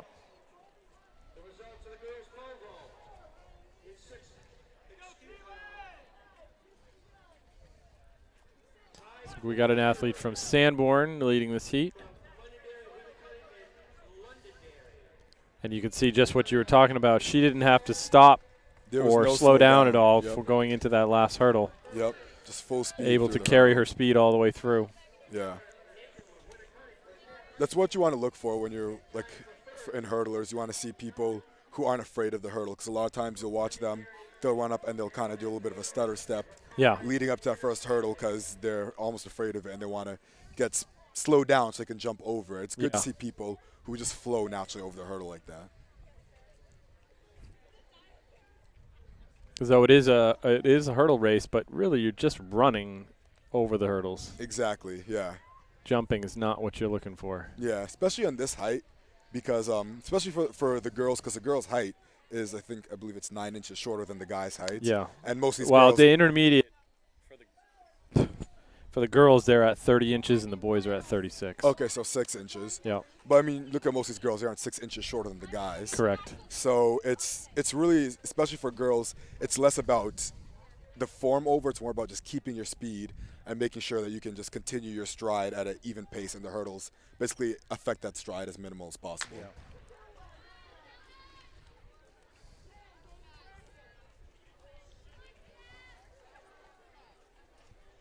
I believe we've got one more heat after this.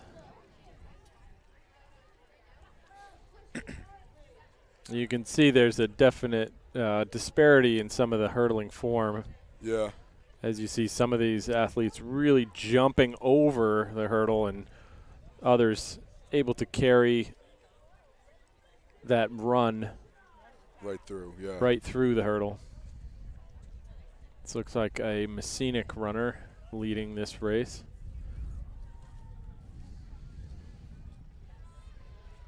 And she switches legs. Yep. Small stutter Well, there, but a little bit, yeah. had enough of a lead at the point where it didn't really matter. Yep.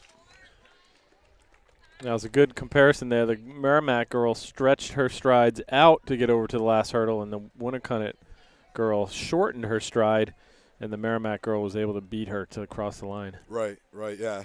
But they went over the hurdle almost at the same exact time. Exactly, 'cause it's all about the speed you carry over the hurdle. Because when you're in the air over those hurdles, you're not getting any faster. Right. So the speed that you leave with is the speed that you're going to be carrying, that you're going to be moving at when you're going over. So it's all about having as much speed as you can over the hurdles.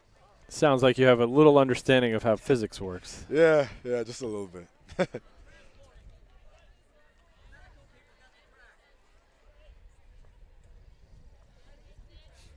So we must be done with the girls' hurdles. The starter actually has made his way over to the finish line.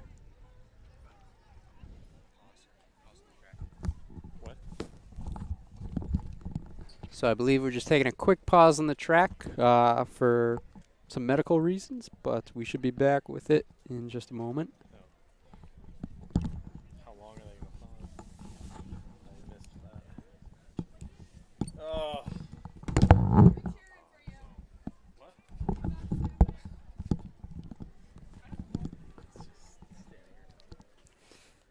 All right, so Ryan, I've caught some of your conversation.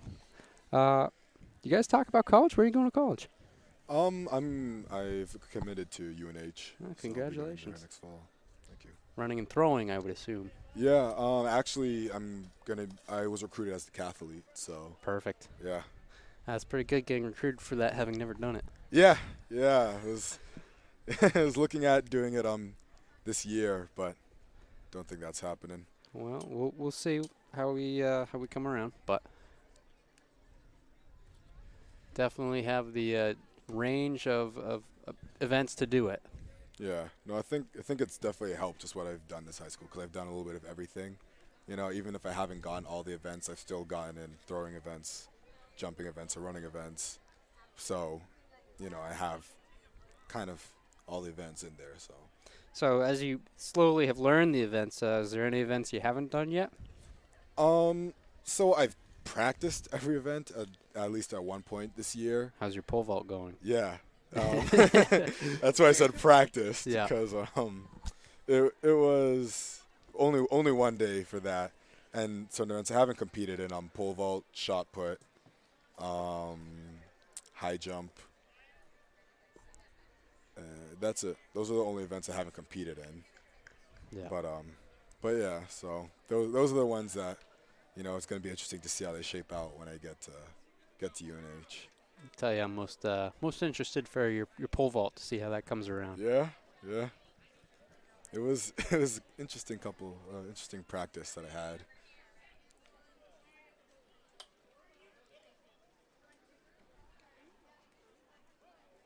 It's nice to see that the sun, you know, finally came out. Yeah, it's a gorgeous day right now. Especially, I'd put this in the mid-distance range in terms of idealness. Of course, a little bit cooler for distance, a little bit warmer for the sprints. But I think right now is a comfortable temperature for all athletes. So. Right. Yeah.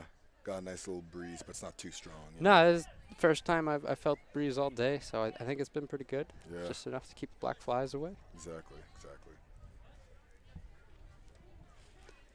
So once again, during this little break, this is NewHampshireTrackandField.com, powered by Runners Alley. We're coming to you from the Black Bear Invitational. It's Cole Brown's large invitational. It is in Northwood, New Hampshire.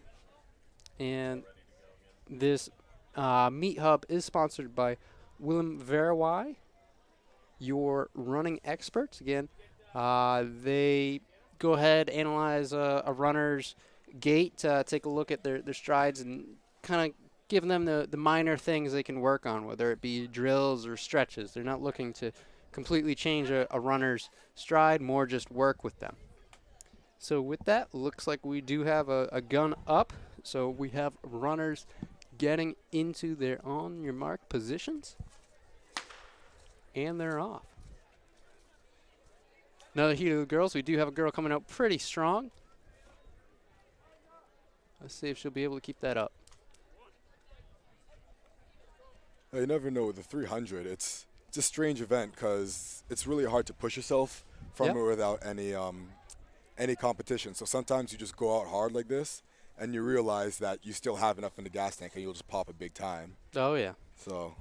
Yeah, 300 hurdles to me, it reminds me a lot of just a 400, a straight 400, just for the amount of effort it takes and it's taking similar, it out of yes. Yeah, it's very similar. How you feel towards the end of it. So which one would you rather run? Oh, as we see our leader just hit that hurdle. I would say the 300 hurdles, just because. Oh, and we see both leaders kind of slow down for that hurdle. That is Oyster River and Oyster River. MV in third, but gaining on coming them. up. And cross right under that minute mark. Just like you were talking about before, if you hit a hurdle or you start slowing down, your steps are off just a little bit, it can completely throw you off. So we saw them both hit a hurdle, and then their next hurdle, they kind of had to walk into it just because their steps were thrown off that much. Yeah, that's what happens sometimes. If you just misestimate the distance that you're trying to come at those hurdles from, it'll just completely mess you up, and you'll land right in front of it, and there's really nothing you can do. Either you crash the hurdle or push it down. So. Yeah, I did. I think during the hundreds or 110 hurdles today, I actually saw a kid who his hurdle might have get clipped by a competitor or something like that, and he ended up going through the hurdle. So it was not something I see every day, but Yeah, no, that's one of the things I've always liked about hurdles. You know, every race is unique. absolutely. It's never over till it's over. Yeah, and I mean we saw that last year at some of our championship meets where, you know, one false move, one hitting a hurdle a little bit, it can throw off the entire race with it. So Yeah. it's hurdles. It's always that wild card. You're never completely certain. As we do see gun up for our next heat, meaning we're getting on our marks.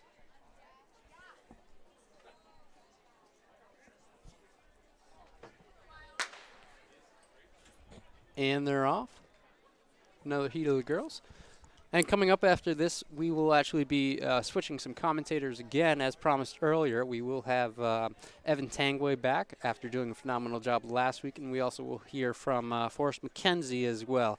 So looking to get some more high schooler insight, and it should be interesting. I know Forrest still has a relay in him today. I'm not sure if Evan is done racing today or not. I believe he is. Again, he ran the 3200 first thing this morning. So be interesting to hear how the 3200 being at the beginning of the meet fared versus having it later on in the meet. And both of those athletes were in that event, as we do see our hurdlers on the track coming on that straightaway. Pretty close between Bo and Co-Brown. Bo just a little bit ahead right now coming into that final hurdle. And 57, 58, so a little bit faster than our last heat. And I do see some hurdles making their way up, which means we are going to be heading into the first heat of the boys. What do you think, Orion? You excited to watch this one, or you Oh, haven't?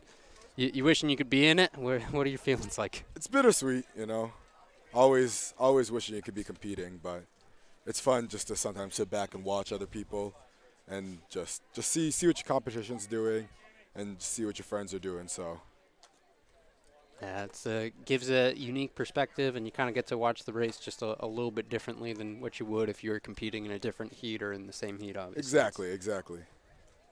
And also, it kind of gives you, you know, it kind of you can kind of watch it more objectively. You Yep. know, if you're racing, you never want the person to beat your time, so you want them to do good, but Right. you know, not beat your time. But Yeah. yeah. Now, outsider's perspective, you get to take a look at kind of form and break things down like that. Now, I know you've done some video work before where you've looked at video of other high schoolers you compete against. You've also looked at Olympic athletes. So what do you think the benefit you've had from film is? Anything or? I think film's a really great tool. I think it's pretty underutilized actually, but I think it's a great tool for for just not just hurdling, but track in general.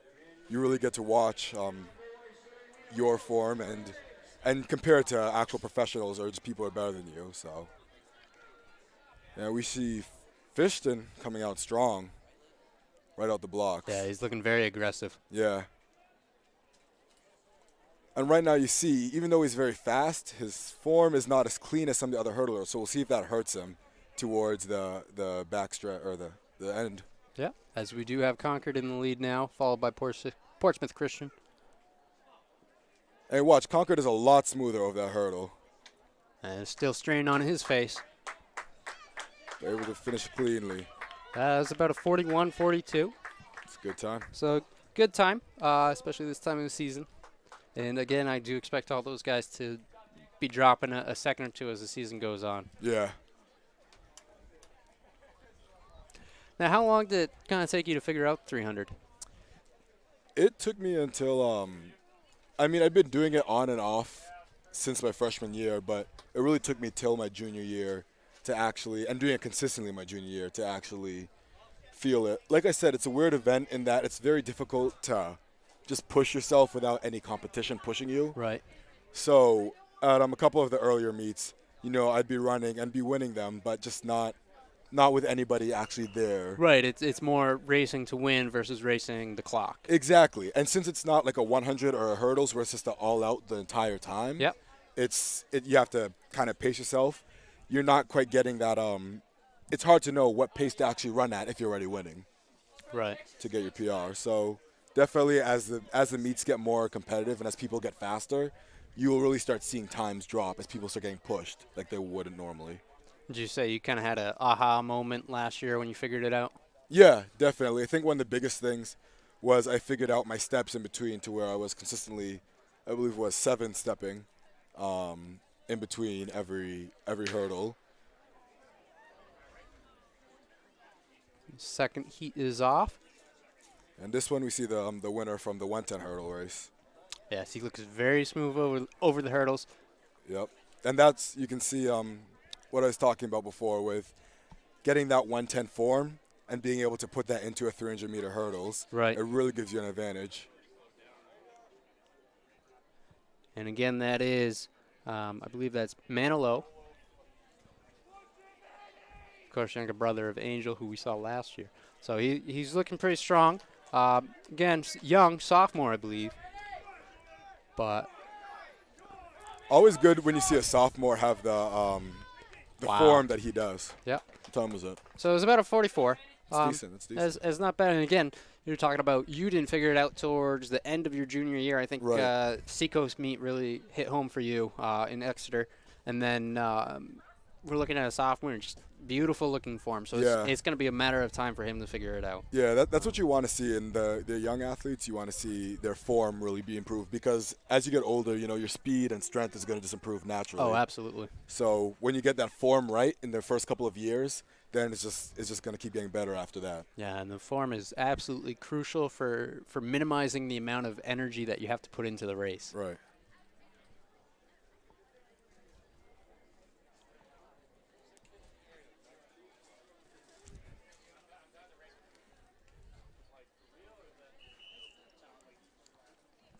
That looks like our next heat is ready, getting their first command now.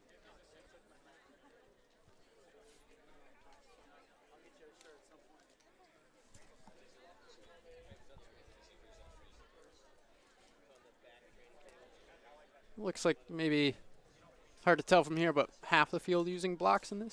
Yeah. Now, again, I heard that sometimes you do, sometimes you don't. Depends on the championship season and everything. But Exactly.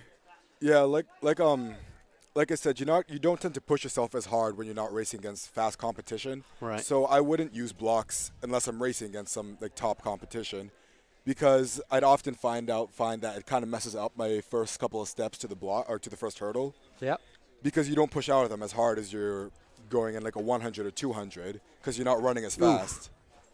Lane 5 hit that hurdle Ooh. pretty hard, but our leader just hits a hurdle as well. So that can really just illustrate how much energy it takes to be doing these and doing these right with nice, smooth form. Your Yes. form does start to break down as you come. That's one of the things you want to really try controlling. You want to maintain that form throughout the race. The person who does that best tend to going to be one of the people who end up doing the best in the race. It's keeping that form. Yeah, so that winner coming across right around that 45-second mark. So pretty consistent with our last heat as well. No one quite on the pace of the first heat, as to be expected, running fast and slow.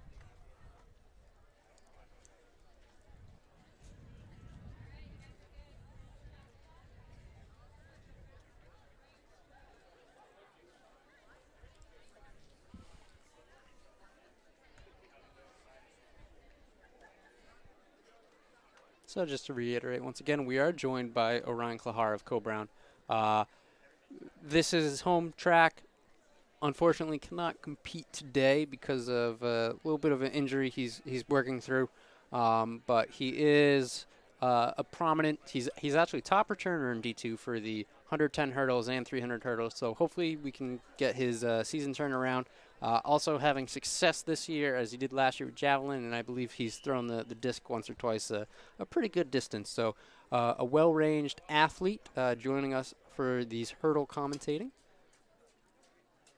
And again, seeing some blocks, some three-point starts. So if you don't use blocks, are you doing a three-point? I always do 3-point because one of the things I noticed is, and you kind of saw it this morning in the 3200 with the 2 false starts. When you do the 2-point start, you really lean forward as you're waiting for them to shoot the gun. So, and that lean can get you to stumble over the line, fall down. So I really like having one hand down to give myself that extra stability so that I don't false start, don't jump the gun. Yeah, I tell you, so the 32 was actually, I don't think it was false starts, it was something else. Okay. But with that, I know I've worked with some distance runners on just starts and making sure you can have that, finding that balance point, finding where you're comfortable, and finding just the edge of where you're comfortable with. Right.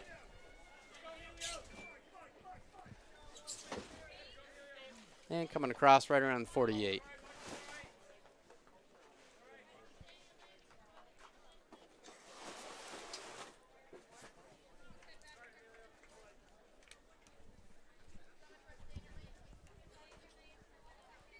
Did you get a shirt last week? Yes, I did.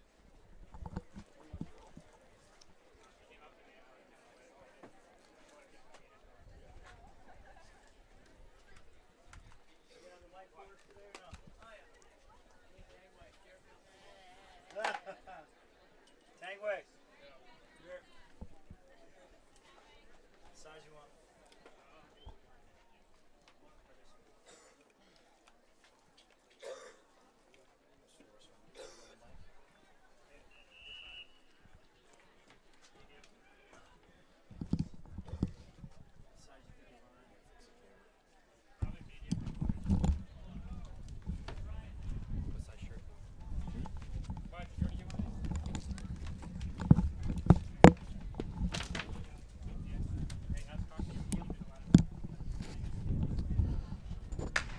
Looks like next heat is out. Missing a lane 4, I believe. So, Orion, how important it is to you to get a good lane position in this race? And what is your preferred lane? Definitely in any race with a turn, I think that's important to get a good lane. I don't know. For me personally, I actually like running in the outside lanes, running blind. Yeah. Because I know that it depends. If I'm running against not that many fast people, I'd like that. Because I know that running blind pushes me, even if there's no one actually close to me. Yeah. It makes me think that they're always coming up on me, always right next to me, and makes me work harder. If I'm running in a race with competition, anybody who's good, running similar times to me or better times than me, then I like getting seated in a lane where I'll be seeing them, watching them. Yeah. And I like hanging back around a turn and then kicking into the last straight, Yeah. pushing past them, if I can. So it depends on who's in the race, you're saying? Exactly, yeah. Yeah. Yeah. Looks like that's it for our 300 hurdles.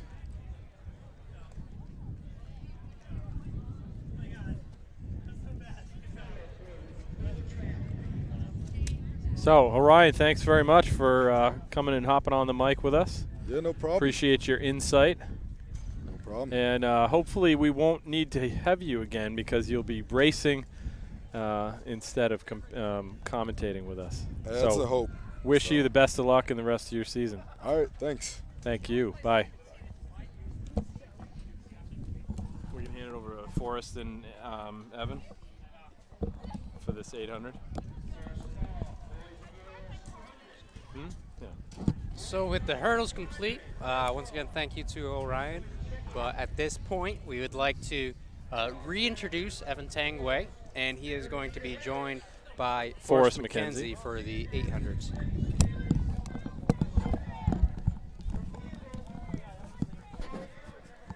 So we'd first like to thank you, New Hampshire Track and Field, for allowing us this opportunity. I'm Evan Tangway. We actually both did the 3200 this morning. And how did you feel about the race? I felt good. Went out slow, and then I kind of took over to the front and, picked it up. And then Max Island had a good move the last 800, and he took the win there. But a bunch of guys had a lot of PRs. I know Colin Donnelly from Winnicott, he had a great race. He's a sophomore, and he ran 9:47, so that's good for him. Now, do you like having the race in the beginning of the day compared to at the end? The weather is definitely picking up right now, so do you think it played a part in it? Definitely. 3200 is one of those races that you want it to be pretty cool because you're going to be out there for a while. And I'm a lot happier with running at 55 degrees and cloudy than 70 and windy like this. I completely agree. I think it's just overall easier. Breathing-wise, too, when it's warmer, it's a lot harder to breathe. Your system isn't used to it. It's kind of a shock. But plus, I mean, you got the 4x8 at the end that That's everybody true. can stack it out because you got enough time to rest. That I think that'll be pretty good. I definitely think more meet should try to kind of take that template because it works out really well for a bunch of athletes. And I think overall it's more enjoyable for the audience. But we're about to get into the 800s right now. Now I feel like we've both done our fair share of 800s. How do you go into it? I mean, geez, I like distance. So whenever I go in the 800, I just hammer. I just try to stay in the front in the first 400, and then just see what I have left in my legs. I've actually never run an 800 fresh, so I always just stay up there and hammer the last 400. Robotile right up to the front. Looking pretty, starting to spread out pretty well. I mean, there's a lot of different types of runners in there. You see Robotile, who's an experienced runner. Now, we've talked about doubling, but how do you handle that first lap if you go into it right now? I mean, for Robotile, she's probably the best one in there. So she's just got to stay in that front. She's already building a gap right there. Yeah. So you just got to stay in the front and then just hit the last 400 hard. That girl in fourth right there, Julie Negro, she'll come up too. She's got doing a lot pretty of well. speed. Yeah, we got Elise Lambert from Souhegan. She's one to watch too. With that stride, I really think that could play a part into it. But you cannot let them gap her too much. Yep, she's a good athlete. I believe she already raced maybe once today, but I'm not sure. So if she can keep that gap pretty close, she has a good chance with a kick. But we'll see as they go into the second lap right now. Be a good one. Moltenborough's right on her. Now it'll be interesting to see if Moltenborough makes a move on Robotop and see if she can handle it. I don't know how many people she's actually been really challenged with during the season. So can she mentally be okay with someone making a move on her, or is she gonna break down? She's got a lot of speed. She could win the 400. That's true. That's true. And it's very spread out right now. Moltenborough girl's staying right on her though. So you see Sophie Laird from Co-Brown trying to make a move into fourth place with Olivia Nani from Co-Brown right behind her. It's really spread out in a 2-lap race, which is kind of remarkable because it is a 2-lap race. We're not talking about the 3200 where it makes sense to spread out, but I mean, I know the second lap for me, it almost feels like you hit a brick wall and you kind of break down. I mean, is there a certain thought process you use when you're going into it, or? I mean, at that race, you can only have one move because you only have so many matches, and especially in the 800 where there's a lot of speed guys coming from up in the 400 to go to the 800. There's a speed in Robotile right now. Robotile's going to win it. Elise Lambert, as you said, coming in second. Coming in. She's running good. Robotile coming in. Looking great. Tough race right there. Really pushed through. Push. Julie Negro. Overall, a great race from all the competitors. Yeah, very spread out. It's actually kind of surprising. Very good race. Very hot, like we were talking about. I mean, I feel like the 800 is one of the it's a middle distance, but I feel like it is going to play a part in the overall races. Sprinters and relays, I feel like it's going to be okay, but still a little bit warm just for generally running. Yeah, and the wind picked up too. It's not dead anymore. That's true. I mean, especially in that back straightaway. I know from being from Co-Brown, that back straightaway workouts any day, you definitely do feel the wind, and it does play a part in your overall performance. So we'll see how it does with with a couple more of the 800s, and then we'll see how the relays go.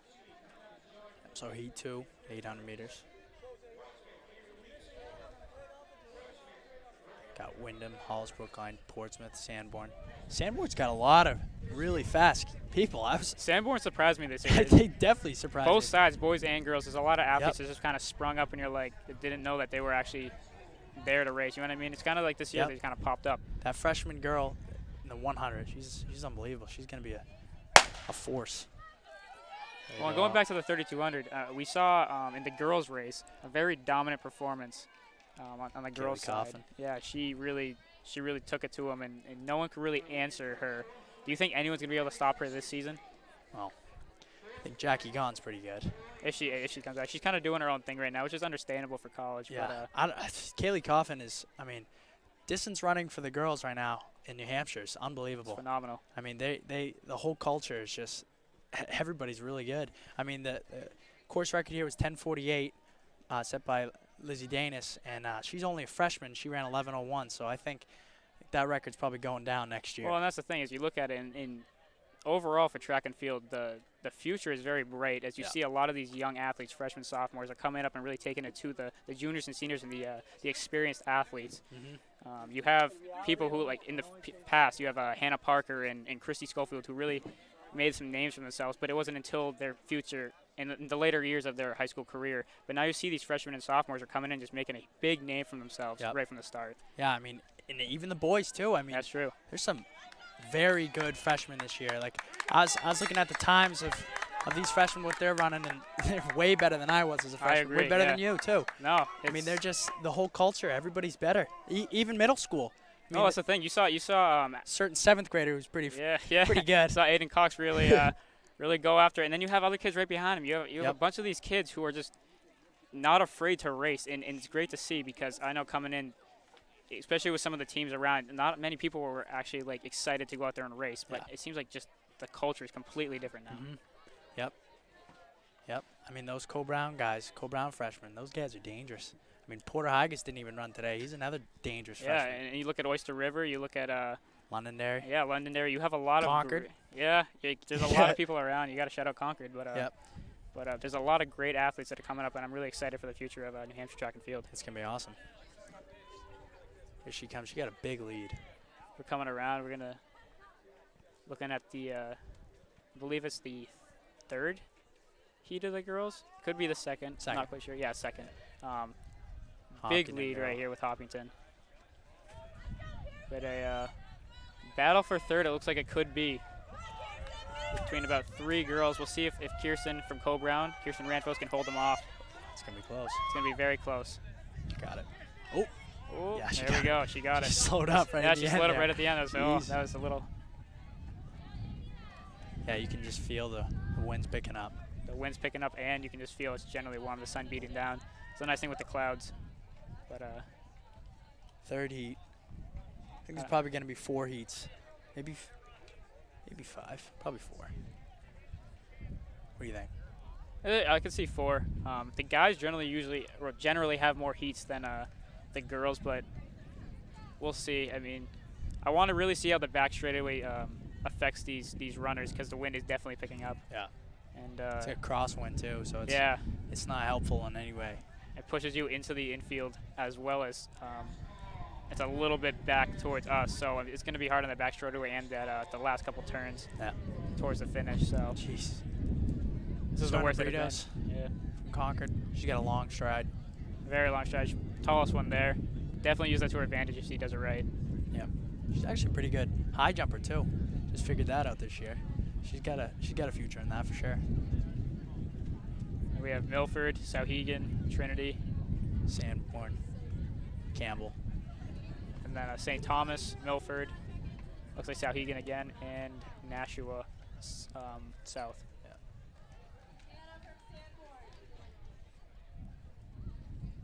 So how do you, looking at the 1600s today too, how did you feel about those races? That's, I mean, those boys are fast right now. Warbucks looking good, they're strong. Well, honestly, we're very close to halfway through the season, but they're still dropping phenomenal times. I mean, you're running 4:20 something, whatever it was. I mean, at this season, think about what it's going to be at the end of the season. Yeah, no, those guys are good.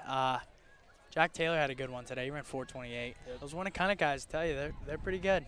They got a good thing going over there. Good for them. Now, we were talking about fast times. Yep. Now, that's one race. Do you think that Vorbak and Ireland, different people like that in all divisions, are going to use that to their advantage and maybe do one race, do really well, or are going to try to double and kind of take a hit on those times to try to help their teams? States? Yeah, we're looking at states. I think North's going to double up because they almost have to if you look at it. Yeah, they got to because they got a shot. Well, if they don't double up, I'll tell you what, they're not going to get a plaque because we'll come up and steal that plaque. I tell you that. So you guys look pretty set overall, yeah, distance sprinters. Our Concord team. I mean, we didn't have Dalton Mutz here today, and that kid is phenomenal right now. And as we were talking about Serena Brito, she's coming down the straightaway in first, but she does have competition from St. Thomas, who just took the lead. Yep, see if she We'll see how she responds. Gonna have to go with it. She's going to have to really stay on her way till the straightaway and try to make a move on that last straightaway. St. Thomas going to lead into the win. Not blocking much for Serena, though. No, not much. She covered the move. She's She'll doing have well. a kick. Should have a pretty good She kick. should have a kick. Yeah, she should. I mean, with those, even if they're neck and neck, those long legs really should give her the advantage in the stride category. But she needs to make a move right now. She's really dropping. She's giving a little bit up of a gap. It's that 400 to 600. That's the most important part of the 800. That's really is. Very true. Because the last 200, it's always going to be there. You're always going to have that Yeah, natural. I agree with that. Always Actually, going to be there. It's that 400 to 600 that's the most important part. even when you double or triple, when you go into the 800 or the 4x8, you, like you were saying, the last 100, 200 meters, something just comes into you and you just can take it. I mean, I've experienced that myself. I feel like I've doubled and I just don't feel right. And then the last 100, 200 meters, I'm able to pull it together. Gap's opening, but she seems to start closing. I don't think she's going to close it. I don't feel confident enough for her to close it, but we'll see. If she really starts swinging those arms right now and open up the stride, there's a good chance that she could catch her, but we'll see. She is picking it up a little bit. Oh, it's going to be close, man. It is going to be close. And she's really making the move. She is closing the gap slightly. Oh, Is she she'll going to get get her. her? She is picking it up right now. She's coming down the This is going to straight. be a good one. Oh, this is going to be close. This could be a photo finish. This is going to come down to the lean. Come down to the lean. And St. No. Thomas takes it. Held her off. What a tough way to finish that race. Now, I mean, in my That's opinion, looking at it, I feel like if she made a move on the back straightaway, kind of closed the gap, or even went around her and held her off to the final straightaway, she could have had her. Yeah, she shouldn't have let that gap. No, especially coming around the corner. If she wanted to wait that long, she should have been right on her coming onto the straightaway because she had that kick. And honestly, I mean, that's reciprocal all across the board. I mean, the 75% of the race, that right there is the toughest part. I mean, you bear down. That's how you're going to run your fast times. You got to just stay in there and grind. That's how you got to do it. Now, I mean, we have a lot of things today. We have the wind. We have the sun. We also had some false starts this morning when we were talking about the 32. Now, how do you, Oh, I think we all agree that it can kind of mess you up. But how did you handle the false starts? Not one, not two. We had to start 3 times. Well, I mean, the first one, I was all pumped up, and shot the gun off, and Start moving. yeah, I got myself out, and then I was just kind of pissed off. I was just like, that sucks. Came back, and then saw it again, and I just went. I just kept going because I'm like, there's no way they're gonna call us back again. And Yeah, you yeah. actually said, just go, just go. Yeah, I just yelled. screaming. I was like, just go, because Yeah. everyone knew that we were fine. Like, everyone heard it. I don't know. And then when they call us again, I mean, everybody in the race, we kind of snapped out of race mode and was more like, are you kidding me? Like, well, what's the issue Well, and here? the thing is, like, when you look at those type of scenarios, I don't want to say it can make or break a race because it really shouldn't come down to that. But when you start a race, you have that adrenaline, and I feel like Yeah. after the first one, you're like, okay, you have a little bit left. Exactly. But after the yeah. second one, you're really digging into that energy reserve you have for those middle laps, and it takes away. So when you were talking about how we went out at an 80, when you go out at an 80, you're like, okay, but then people like you who like to go out at a faster pace and really grind out the laps at a pace Yep. have to make a move, and it kind of, we talked earlier, it kind of screwed you towards the end, and Ireland was able to capitalize on that. Yeah, it makes it so only a couple guys can win. But the other thing with the gun is everybody's feeling it. You know, everybody's in the race, so it's not like anybody's getting an advantage there. But the race start was weird. You saw David Reynolds from Merrimack Valley go out right to the front, and there's guys like Jeffrey Allen in there who had a notorious meet of champions in cross country when he brought Yep. us out in like a 4:45. Blew everyone out for the first mile. Yeah, I mean, I figured, and you probably did too, that with all those guys in there, that somebody was going to go out hard. But Yeah. Dave Reynolds went right to the front, and I mean, he slowed it down rather than make it fast. But Well, nothing I mean, against him. That's strategy. Yeah, that's what it is. I mean, the biggest thing is strategy. I've seen both ways. Cross-country states, we saw Patrick O'Brien single-handedly slow down an entire race. Yeah, I mean, And that kind of threw a kink into our plans. We were able to cover it, but Yep. it's strategy when you go into it. You're either going to go out hard or you're going to go out pretty relaxed. And that's what I've realized over the 4 years. And we went out relaxed today, and you were the one that kind of made the move. yeah, I So- decided that might as well run a fast time. It's not the state championship, so Yeah. you know, the important thing is to get the times on the board. Exactly. I mean, But it's it was- qualifying. A little too late. The first 400 kind of killed that race. Yeah, I mean, it's the 80 was it was kind of nice, but at the same time, you had 26 guys in a pack. You didn't really know Yeah, where to get, and if you had to make a move, you had to go around 20-something guys. I mean, the race was stacked too. Yeah, You it don't- wasn't a slow race. You don't want those races to go slow. I mean, you really think about it. You only have so many invitationals in your high school career. You might as well use them up. You don't want to waste the Well, opportunity. that's the thing. And you look at people like Jeffrey Allen who have a great kick. If you Yep. wait and you run those slow laps, you're giving someone like him a chance Yeah, to exactly. to hop in the race. But at the same time, you go and run those fast laps. You're kind of taking away that kick at the end, but at the same time, not everyone can handle it. You know what I mean? Yeah. We're talking about strategy, and that's the thing is it I took get Jeffrey you. out of it, but it brought Ireland back into it. Yeah. So Yeah, and he's got a lot of speed, and he's also used to, running with Vorbach, so he can just hammer away. He's used to that. and that Vorbach, pace. Vorbach actually was supposed to be in that race. He actually switched to the mile, which paid off well for him. But then again, I feel like he would have got a fair measure of where he stood up against the state if he was in the 2 mile. Yeah. All right, here we go. We're starting the boys 800 with the fastest heat. We got Ian Daly, Colin Ian Connery, Daly. McLaughlin. Her. This is a pretty stacked race. We're talking about stacked races. This is a Nichols. pretty stacked race. Looking at the field. Yeah. Oh yeah. They're gonna go out hard. Their first Expect it, lap's yes. gonna be something around 57. And expect 1 or 2 people to try to make a move, and the biggest thing is trying to see how people cover. Yeah. So we'll see what they run this one. And I was talking to Daly before, and he wants to come up in a 57, but they got a lot of good guys in there. Aiden O'Hearn right there. He's probably the sleeper. He's got an He's unbelievable doubling back kick. to the 4x8. Yep. Colin Connery, he's strong. He beat Ireland in a dual meet. He's got a lot of speed. McLaughlin, that kid's he's on a tear right now. He's on a tear. I agree. He kind of came out of nowhere. Cross country's a little quiet. Comes in the track, and he's just he's really kind of saying, the "Hey, I'm here." confidence. It's a killer. Nate Nichols too. He's good right there. From Concord, so 3 Concord guys. And we're off. Kind of So biased going in this into race. the first turn. Yeah, see they're hammering right now. They're going out. There's no hanging back today. This is the race you're going to really want to see for some speed and some. This is really going to really see who's the strong in the state. Those Kingswood guys are good too. They're no slouch. No, there's as you can see, they're up in the front right now. Like the Kingswood's taking it out. They are hammering. They're flying right now. Went through the 200 at around a 27 or so, 27, 28. They are moving right now. Yeah, they're gonna come through around 50, probably 56, 57. Yeah, if they hold it, it's around a 56, 57. Now it's really gonna depend on that last lap if they're gonna go sub 2.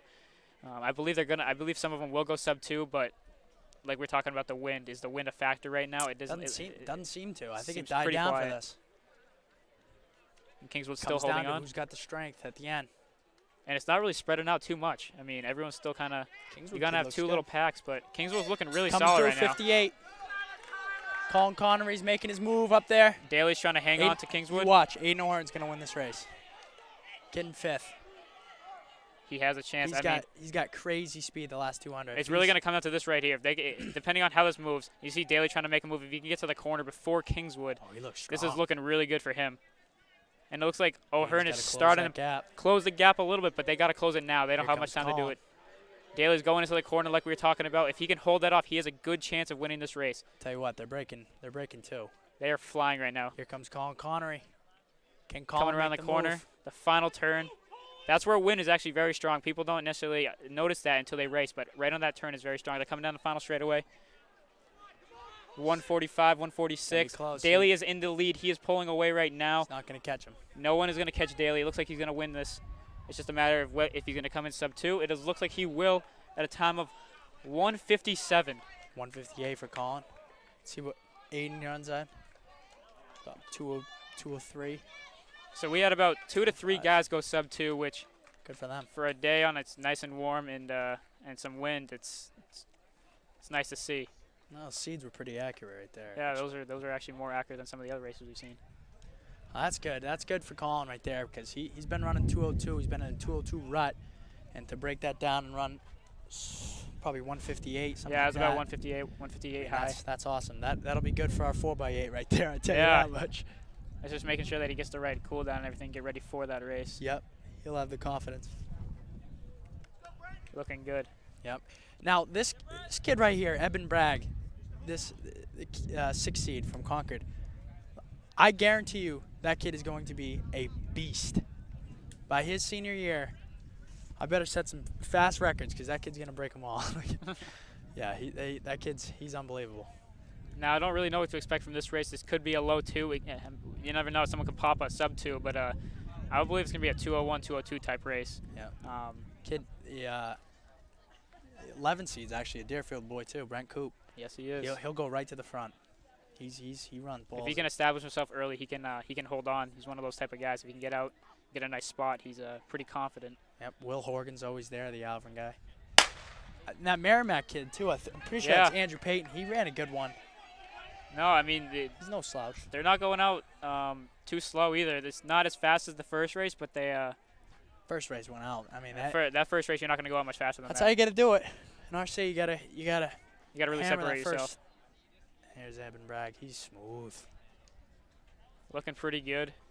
Now the biggest thing is watching your form on the 800 for me at least is if your arms start coming up and you start shortening your stride, Yeah. it's pretty much over. Yeah, especially in that race. I mean, you can mean, get look away at- with it, but He's already pulling away. that kid looks good. He's looking really good right now, smooth. He's got quick strides. Kid from Kennett. He's coming around. 300 around a 46, 47. It's looking pretty good. See if that hurts him though. He looks like he's grimacing a little bit. If you look at his arms too, I mean, that could just be his natural form, but he's coming across his body. I don't know how much that's actually going to help him on this last lap. tell you, he runs like Allard. Yeah. He does the same way. I mean, he looks goes really Evan strong. Bragg. So they compare Concord's looking strong. He's making a move. That could come back to bite him if he's making it on the turn, but then again, he has to make it now if he wants to have a shot at first. The kid's pretty strong right there, I tell you that. It looks like it's going to be a battle for first. I mean, Just the freshman. I feel like Alvin might be able to hold on for third. He's got him. See if the kid was just conserving and he'll battle back, but We'll see. He might have gone out a little bit too fast because he went through at a 46 to 47 on the 300-meter mark. yeah, his of the second first lap. 200 was hard. So we'll see. He has a lead on the corner. Will he be able to hold that off into the straightaway? I don't believe he will, as Concord is trying to make a move. But then again, Concord is on the outside of the lane. So will that play a part in this last Going straightaway? by. It's over. They're coming around. Concord is in first, 152 for Not the going to three. be the fastest time in the world, but No, oh, so the it's kid's fighting cooking. back They're right fighting. there. It's going to be a good finish. Concord looks like he's going to take it, but He's oh, opening up. and here comes the Oh, sprint. Photo finish. Oh, and Kennett will Kennett take gets it. him. 208. So It's it's too a little bad. slower than we were talking about, but it's still a great race overall. I feel like that race could have played a part into Kennett's whole idea, but Concord had a great race overall. Bringing it up. Hey, Dang. to the water jug. 208, that's PR for him, though. We're into the third heat. It's a lot of color today. Yep. Yeah, what's that orange? What is that? Conant, yep. Conant. Wow. And then you have Bishop Girton. Haven't really seen too much of them in some of the other events, but Yeah. I mean, you also got to look at the ride here too. I mean, there's about 42 teams represented at this meet. It's one of the bigger meets ever Yeah, for it Black was, Bear. So it was awesome. I mean, I don't even know if there's any other meets going on today, right? I know Exeter's doing a like race against 3 prep schools, yeah. according to. No, Jake this is the Winslow, this is but the biggest race going on today that I know definitely of. is. Yeah. But Forrest Gump is a strange-looking kid. Yeah, Brent Kasich. Brent Kasich. Unbelievable. we're about to go off on the third heat. Fun fact: Brent Kasich actually still lives at his mom's house. That Evan Tangway is a very tall boy. Yeah, I'm about 6 foot, 6'2", depending on the day, really. Yeah. Yeah. I was 6'6" the other night, but Yeah, you know, it's just You know. the weather. is what it is. Yeah. So we did get some cloud coverage over the sun, but it's really opened up again. The wind still kind of died down, a little bit of a crosswind, but How about that? I mean, the not gonna play wind too much died into it. right down for the Yeah, fast heat. That's awesome. that really worked out for them. I mean, it's starting to pick up a little bit, but it's just a nice breeze right now. It's nothing too crazy. Wonder how the team scores are going to work out. Actually, Portsmouth scored a lot. They seemed like they got a lot of wins. The thing with Portsmouth is not necessarily their running events; it's their field events that they really kill everyone else in. And that's one of the main reasons why they do so well at states is not necessarily the running. They can place in the top 6. They're not going to have a lot of individual winners, but their field events really take the cake compared to some of the other schools. That's dangerous. I mean, you look at Division I, Pinkerton, the reason why they're so good is because they win the ones that the other teams aren't loaded in, and they can just stack it in there. I mean, like, they might go 1, 2, 3 in some of the events. The throws, they're good. Jumps. I mean, I know especially for Division II, the jumps are a very weak area, and if you can capitalize on that, you have a good chance of scoring a lot of points and being contention for that title. Yep. And then you got the teams like a couple years ago when Concord took the Division I state title. I mean, we basically did it with like 4 guys. I mean, it was Angel Feliz. Yeah, I remember him. Jamie Wilkes and Alex. That sprint squad is one of the best that I've seen in a while. Yeah, he scored. I mean, but you look at Pinkerton. Pinkerton had a great sprint squad too. So I mean, in those 2 categories, I mean. Oh, Pinkerton teams last year was probably the greatest of all time. Yeah, they were loaded last year. I mean, no question. Never a question that they were the best team. Loaded team last year. So we're coming through for the 3rd heat of the boys 800. Kicking hard. Took a nice kick. You have from Moultonborough. And then you have Merrimack 2nd, Co-Brown in 3rd, with Nashua South in 4th. 2:11. Very similar to the 2nd heat time-wise. A little bit more spread out, but still a great race. Yep. We're getting into, looks like last heat. Yep, the last heat. So yeah, they're about the same heat, 4 and 4 for girls and guys. It's kind of nice. I mean, there's some heats that there's so many heats. And 2 different kids with the sunglasses. That's bold strategy. Let's see how it works out. Especially in an 800, bold. It is bold. We know Tim Cox can't pull it off, so let's see if these guys can. And we see some of the 4x8 squads starting to roll in. Now I know you're gonna have to go in a little while to join the crew, but now I mean I heard you guys are going for your school record. What is your? We'll not go school record. I mean, going for the overall. Yeah, we'll go for the meet record here. There you go. School record's 7:59. I don't know if we're gonna pop that one today. Either way, going for a record. But yeah, sure. All right, so I'm gonna be peacing. I gotta go warm up. So Evan, it's been a pleasure. It's been a pleasure. I appreciate your help. Yep. And it was fun. Now go commentate me.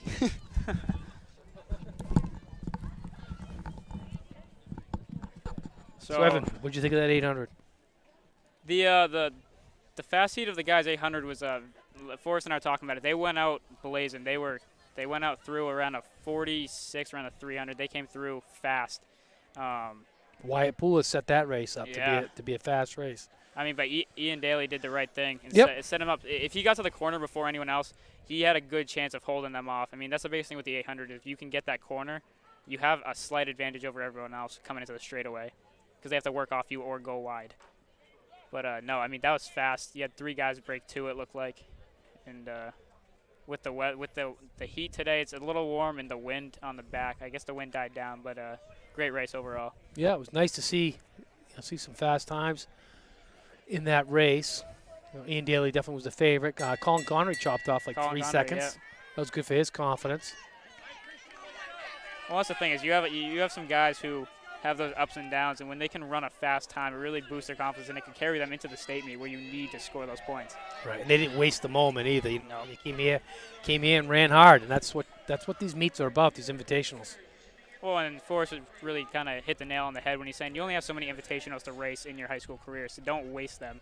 I mean, you have your Tuesday meets to have those bad races. Try not to waste them on the invites. Right.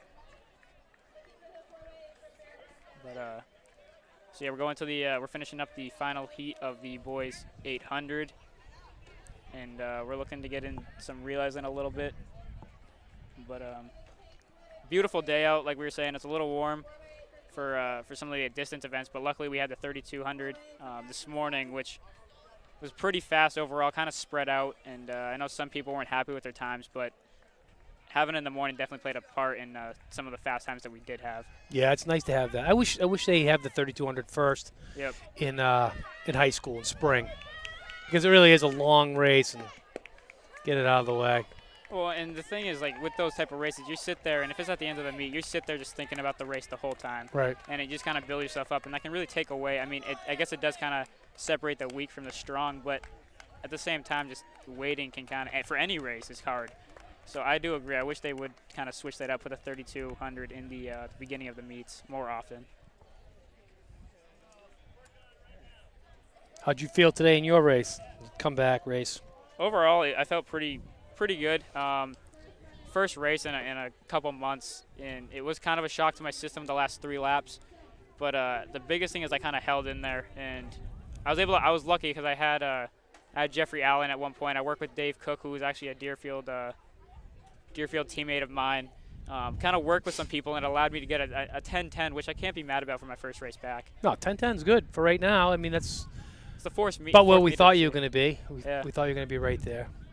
I mean, I was really kind of hoping to get that sub-10, kind of set me up nice, but then again, it's my first meet back. I don't want to set my expectations a little bit too high and hurt myself. So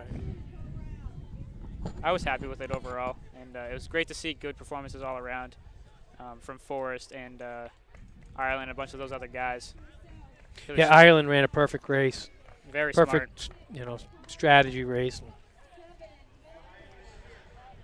It was set up really nice for him. I mean, Forrest and I were talking before you came on, and he was saying the thing what happened is we went out at an 80, and an 80 first lap for any race really is kind of dogging it, and he was the one that kind of stepped up and took the pace up a little bit, but that played right into Ireland's whole idea, and it kind of bit Forrest, but at the same time he still ran a fast time. Right. You can't be mad about it.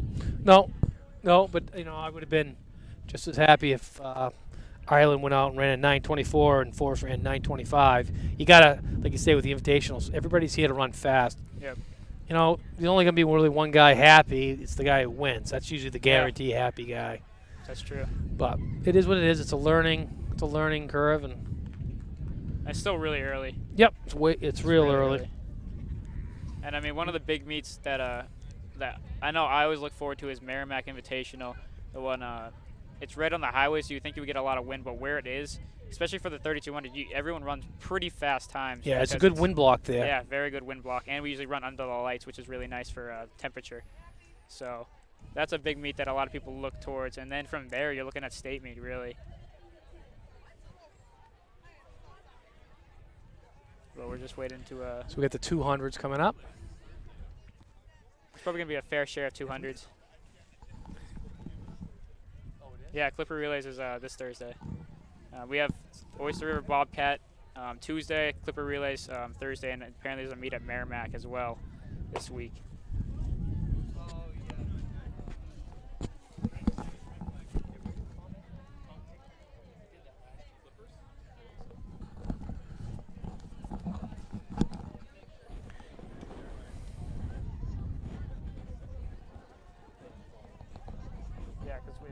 Yeah, it's like every week or something.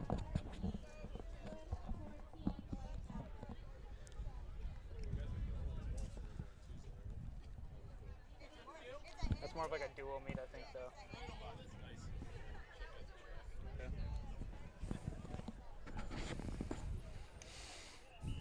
All right, looks like we're going to get this 200 started.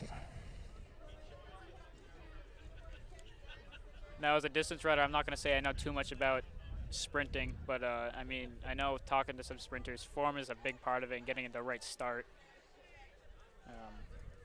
Just talking, Orion was on earlier, and he's a sprinter, but just form in general. If you can keep your form through it, you have a good chance of out battling someone in any competition. And as we're off with the first heat of the girls.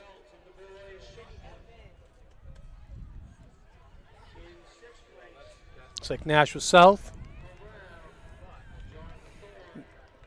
And Grace Devaney from Concord just looks like she's taking the lead now. Looking really strong. Yeah, we talked about form. Very clean. Double winner chicken dinner right there. So she had a pretty good day. Yeah. She's so strong. She just looks so clean the whole way through. Yeah. There's no weakness in anything. No, she does a lot of, training outside of like the track with like a special trainer, personal trainer. She works hard. And it's definitely showing. Great soccer player. It's a good downhill skier. So she puts the work in. And she's hard to beat because she's got the one thing going for her, confidence. She steps on the line, she's already got it. She's already got it in her head that she's going to win. And when you get that kind of confidence, that's when you know. That's dangerous. Yep. And that type of confidence, what we're talking about, it could carry all the way to state meet, past that to meet of champions, and that's what you really want. You want to have a nice base of confidence for the, no matter when or what meet you're at. I mean, she came in 4th in New England as a freshman. I think she was 4th again last year. So she's, she's like Forrest and I are talking about the future for track and field and even cross country is very bright with a lot of these young stars that are popping up. And I mean, a lot of people kind of get frustrated like, oh, I'm getting beat by a freshman sophomore. But then you look at it in the big picture, and it's just making the state better. And we're talking about people like Grace who make it, who these younger people look up to and kind of use as idols. So it's great to see someone like her perform and do well. Yeah, it just keeps pushing the bar further and further, and that's what you want. And we've seen that for a little while with distance runners like Hannah Parker and Liz Danis and even Christy Schofield. Kind of set the bar, and their names are still in the record books. And so it's like you're saying, set the bar high for people who are coming in and raising the level of competitiveness around the state. Pretty close race coming in for second.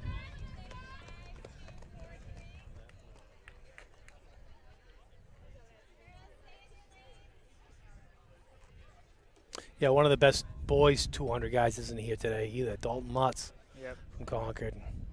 And Billy Powers for hurdles. Yep. So those are two of the best that I know. Dalton had a college visit, probably. I'm not sure Billy. I think Billy might be on vacation.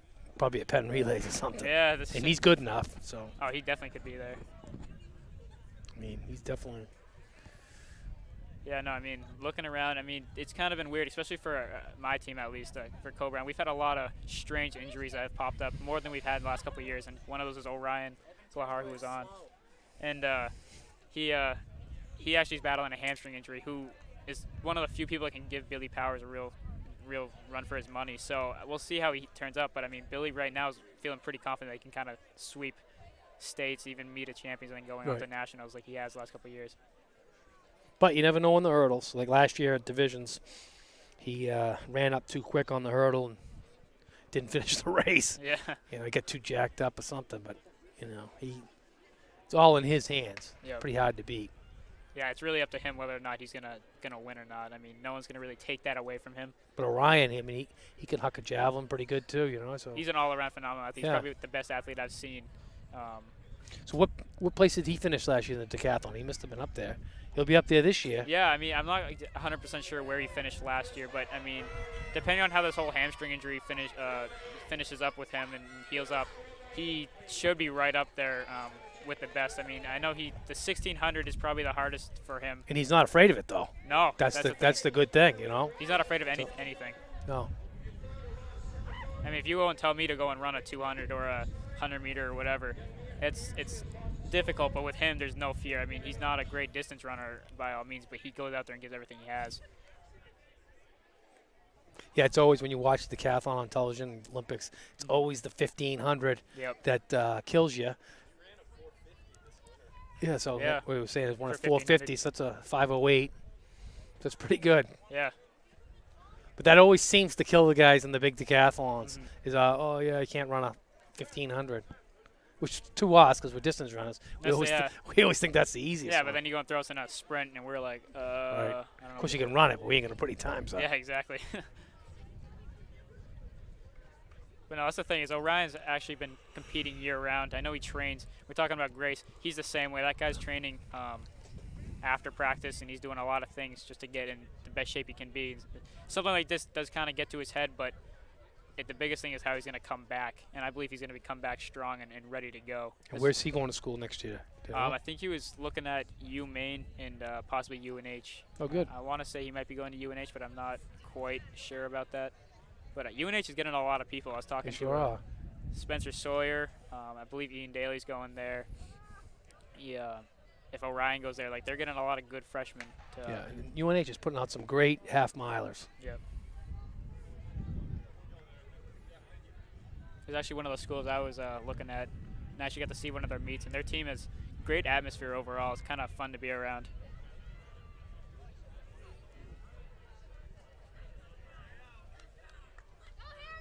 like a pretty good race right here. Pretty even.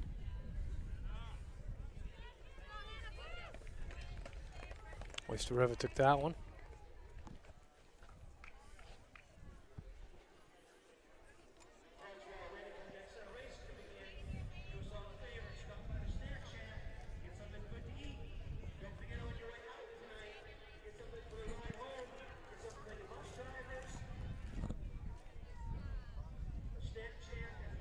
So what's the Division II qualifying time for 2 mile? I want to say 3,200. it's like 10:20. So you're already in there. I think I might have already got it, but then again, like, it wasn't necessarily what I was going for. I just wanted to make sure I had a good race. But seeing some of the other guys, the distance running for Division II is kind of shallow this year. There's not too many big names. There's a few here and there, but it's not very loaded. I mean, I know Division I looks really strong, but no, I mean, it's the times are. I think it's like 10:25, which means I'm in. But you have Cam Starr, who'll probably be in there.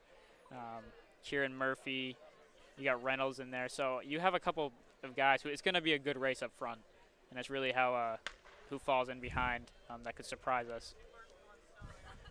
And we were looking at states overall. Co-Brown looks like they could be competing for the title, as well as Portsmouth and a few other schools. But you can't really say anything for certain. None of the rankings really mean anything until that day. Is Wyndham as strong as they are in winter? Wyndham is pretty strong. They're one of the few teams to watch. Lebanon's got to be pretty strong, right? Lebanon was kind of a sleeper going into the preseason, it looks. But, I mean, the thing is there's a lot of teams that are relying on a few people to do a lot of events, and that can go one of two ways. So, but, I mean, we saw last year we go into Division II, and it was incredibly close. And it came down to the last race in the 4x4, and Trinity was able to take it from us by 3 points. Sure, I think coming down to that 3,200. Yeah. What did we learn on that day? Run through the finish, right? Yep. Well, No, I've got it's a life lesson. Still have nightmares. I've leaned on everything. I lean in workouts now. Yeah, always look beyond the finish. Yep. I think I was so distracted with Cam Starr in front of me that I kind of just spaced it when he took off, and next thing you know, I was finished in third when I could have got second. Right. It was actually, you weren't the only guilty one. There was another guilty one in the Yeah. same race. But hey, that happens. That's all part of learning. That's the biggest thing. Is it's like you learn. And bottom line is, it's not your fault. There's That's a lot true. of other, That's there's a lot of true. other spaces there, a lot of other points that could have been picked up. A lot of other points, and some Yeah. people overperformed. I mean, there's a couple people who scored points that we weren't expecting, but then it goes the other way too, where there's a lot of people who didn't score points. That's so. why it's a team sport. Yeah. You never know. Anybody can put a time down. Anybody can run fast. Yeah. It's performing on championship day that counts. Well, that's the nice thing about Invitationals. It gets you ready for those big meets and the stage that you're gonna have to perform on. So I mean, it's nice to see some of these guys that you know are gonna perform, but as well as some of these other people that you didn't know were here to race. So it's a nice mid-season look at who to look out for when the state meet comes around.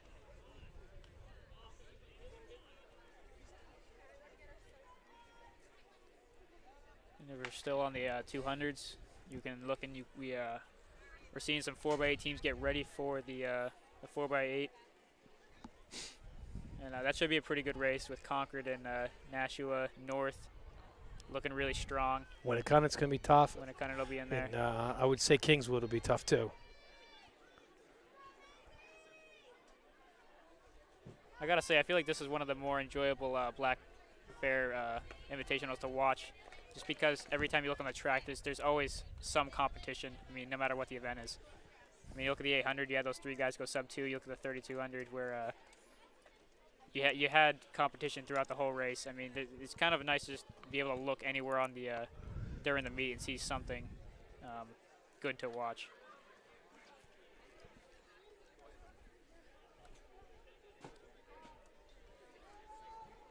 I don't know if any records fallen today that we know of.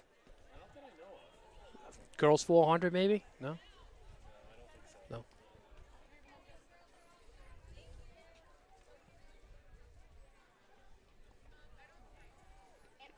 I mean, the one that we were talking about, Forrest and I were talking about, is the 4x8, because there's a lot of fast guys. They're going for the meet record. 8:15, that could go down. That could go down. We'll see though. They're talking about the school record for Concord, which is 50. I don't remember quite what it was. But, That ain't going down today. that's not going down. That's everyone has to be on something. Everybody has to be fresh and Yep. not really. You have to really prepare for that one race. Yeah. You can't really double on that.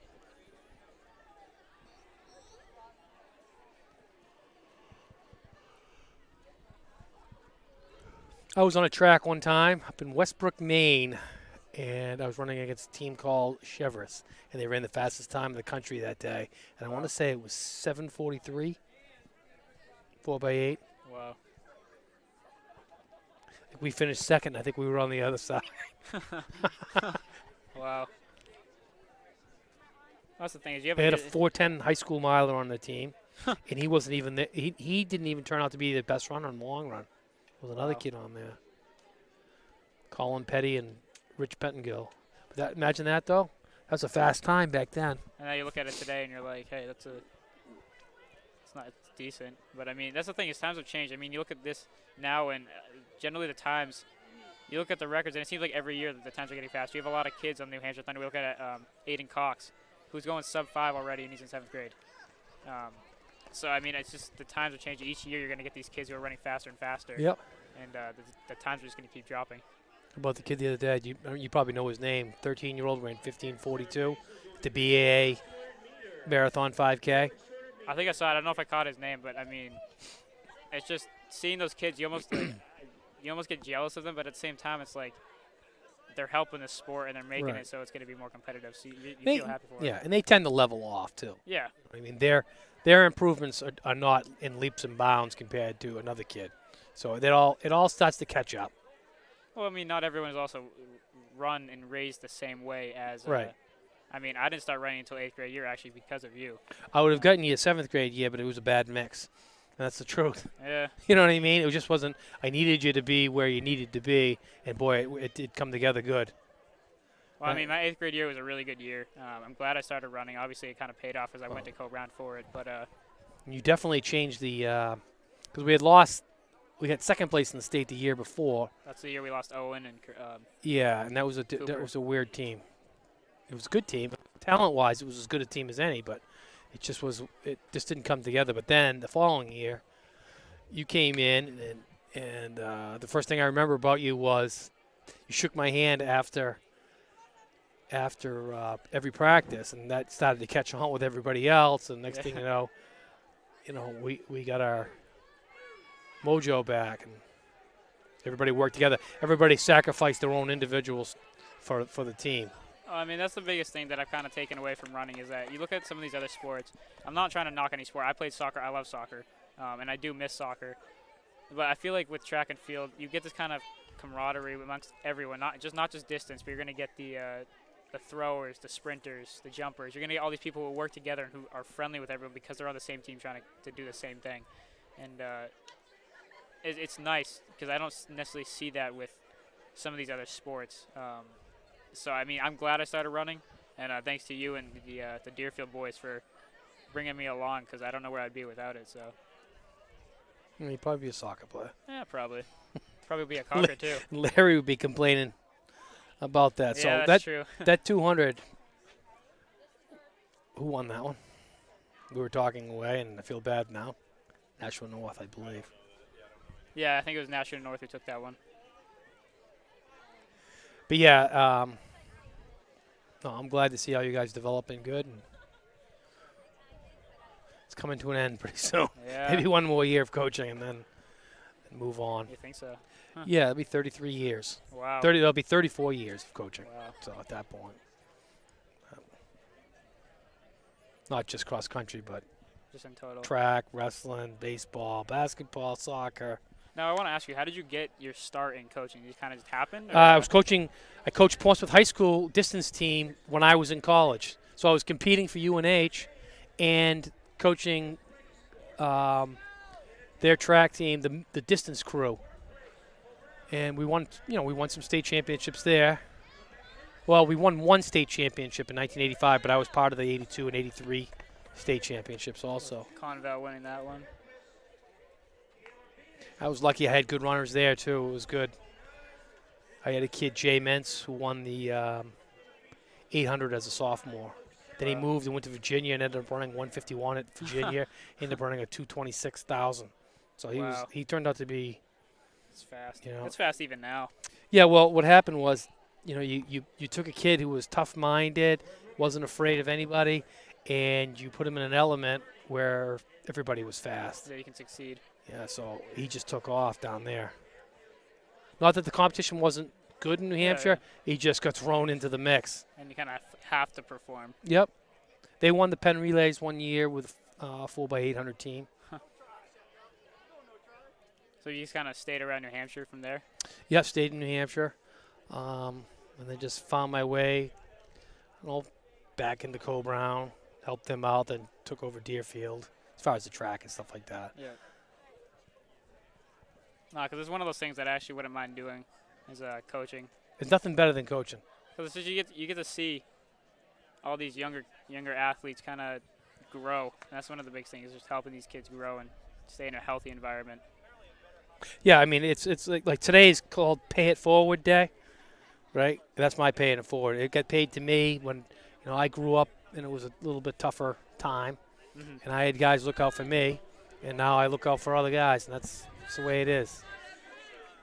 Well, we were talking about the whole handshake thing. I mean, I've always been raised to show respect, and that's one of the things is there's people like you and all the coaches around the state for all sports who give their time and their energy to help athletes like us grow, and that's one of the things that I shake hands because I'm trying to show respect for the fact that they are giving their time. There's a big yellow disc in the sky that we haven't seen all year long. What is that called? That's true. This is probably the first day of actual spring that we've had, and this whole year it's been kind of a weird beginning of outdoor with the weather. Yeah, I mean, but that's New England. That's what makes us tough. Yeah. That's why I'm trying to keep my son in the Northeast, and I don't want him to go south. Yeah. I really think when you have the 4 seasons, official 4 seasons, I just think it's a good thing. I'm going to Michigan. It's not going to really change over there. Yeah, no, you're not gonna. No, So I'm still going to get it. So where are you going? I'm going to go to Grand Valley State in Michigan. It's right outside Grand Rapids, and it's about 75 miles or so from Lake Michigan. So I'm right on the lake. Oh, so it's gonna be great, huh? Yeah, it's going to be a lot of snow, but no, I mean I'm excited just for the opportunity. It's going to be completely different, and I think I'm really going to be able to thrive in that environment. With the they have a nice indoor track. And is that Division 1, Division 2? They're Division 2. Yeah. They compete with Adams State and a couple other people for the title every year, really. So I think there's some good opportunities that I saw with them that I didn't necessarily see with some other schools. So that's why I decided to go there. And I'll tell you right from the onset, it doesn't matter if you're in Division 3, Division 2, Division 1. Running is running. And, I sometimes I look back on it and say, well, what could I have done in Division 2?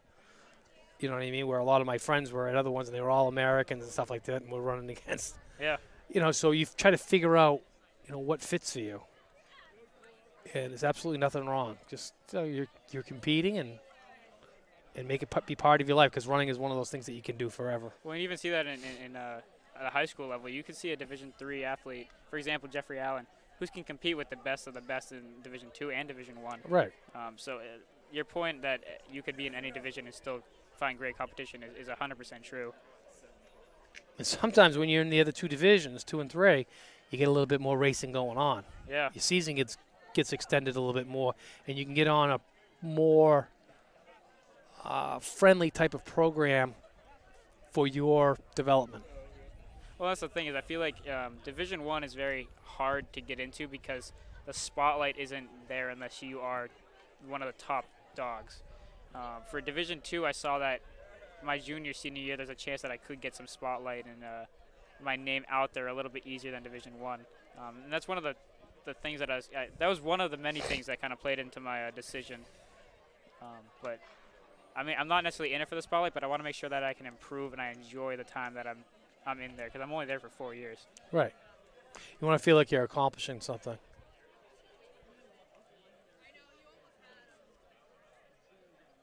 It looks like we're getting close to the end of the 200s. And it looks like Oyster River is going to take this one, with Oyster River also getting second, Winnicott getting third, and Sauhegan getting fourth. So did you go out there to visit? Yeah, I actually went out there, and funny story. We were actually on our way back, and our flight got canceled to a snowstorm, so we drove the 13 hours back, and Oh, wow. so we got to experience the whole ride and what it's going to be when we drive out there to drop me off. But So it's 13 hours door to door. yeah, about 13 hours. So that's not that bad. No, it's round trip. It's about $200 for plane tickets. So I mean, if anything really comes up, it's not too expensive. And you fly into Grand Rapids from Yeah. Manchester? Actually, we would fly in from Logan. Boston? Yeah, Boston. And But that's not bad, $200? no, not at all. I mean, my dad and I are going out there for orientation. $200 round trip, you said? Yeah. Oh, my God, that's not bad at all. No, I mean, that's the thing. It's round trip. And the nice thing, too, is the opportunities. You have Chicago, you have Milwaukee, you have Detroit. You have all these places right around there. Yeah, so what's the biggest city in air? I mean, Detroit, we stayed in Detroit. Detroit was pretty decent. We didn't really get to see Chicago or Milwaukee, but then also we visited Michigan State and University of Michigan, and Ann Arbor was pretty big. So you have a lot of opportunity around and a lot of schools around, so the competition is there in all divisions, really. Because Michigan State and University of Michigan they were 5th and 6th in the nation for cross country for Division I.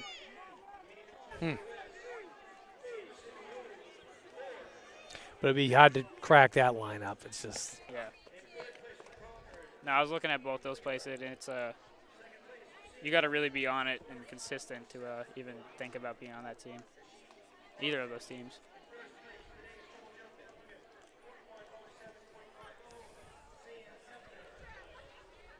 So it looks like we might have one more heat of the 200s. How fast did Luke Kasich go today? They're about around a 10:20. Him and Gavin. So that's pretty good. 10:20. Yeah, that's not bad at all. So many freshmen.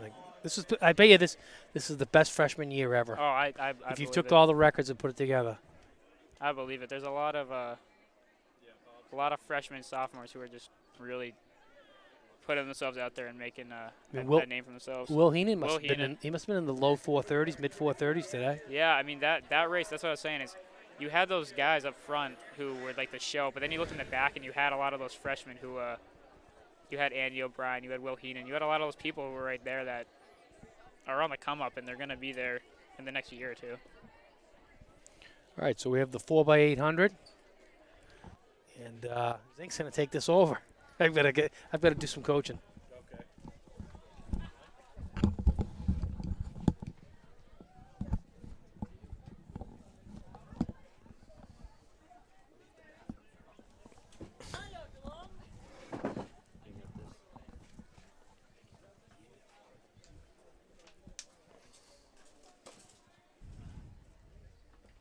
Next up on the track, it looks like we have our girls 4x8.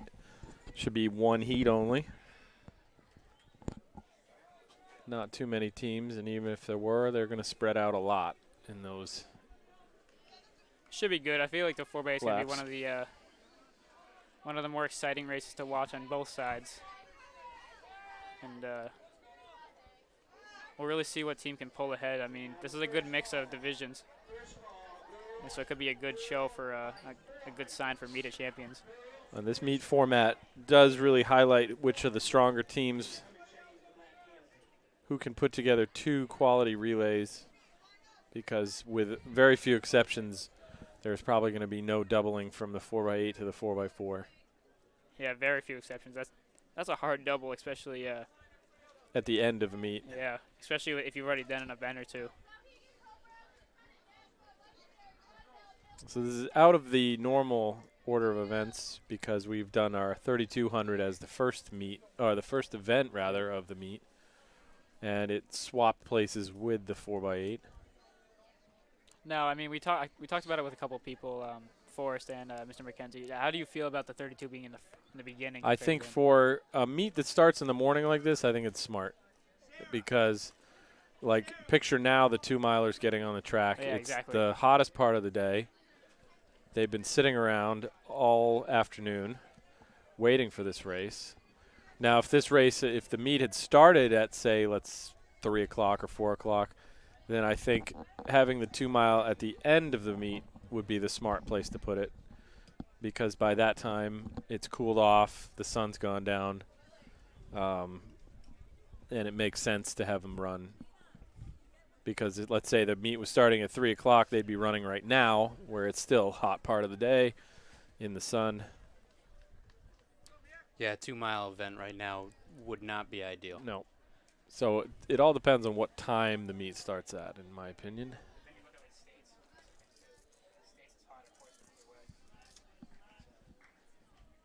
And New Hampshire has reevaluated their stance on start times for the championship meets because of that reason.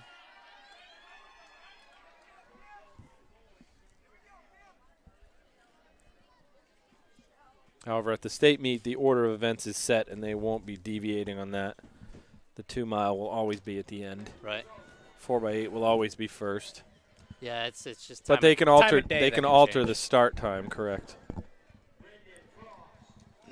All right, so we are in our girls 4x8. In fourth place, Carbondale, Maine, Onsu. I believe that is Sauhegan out front. Wouldn't surprise me if it was.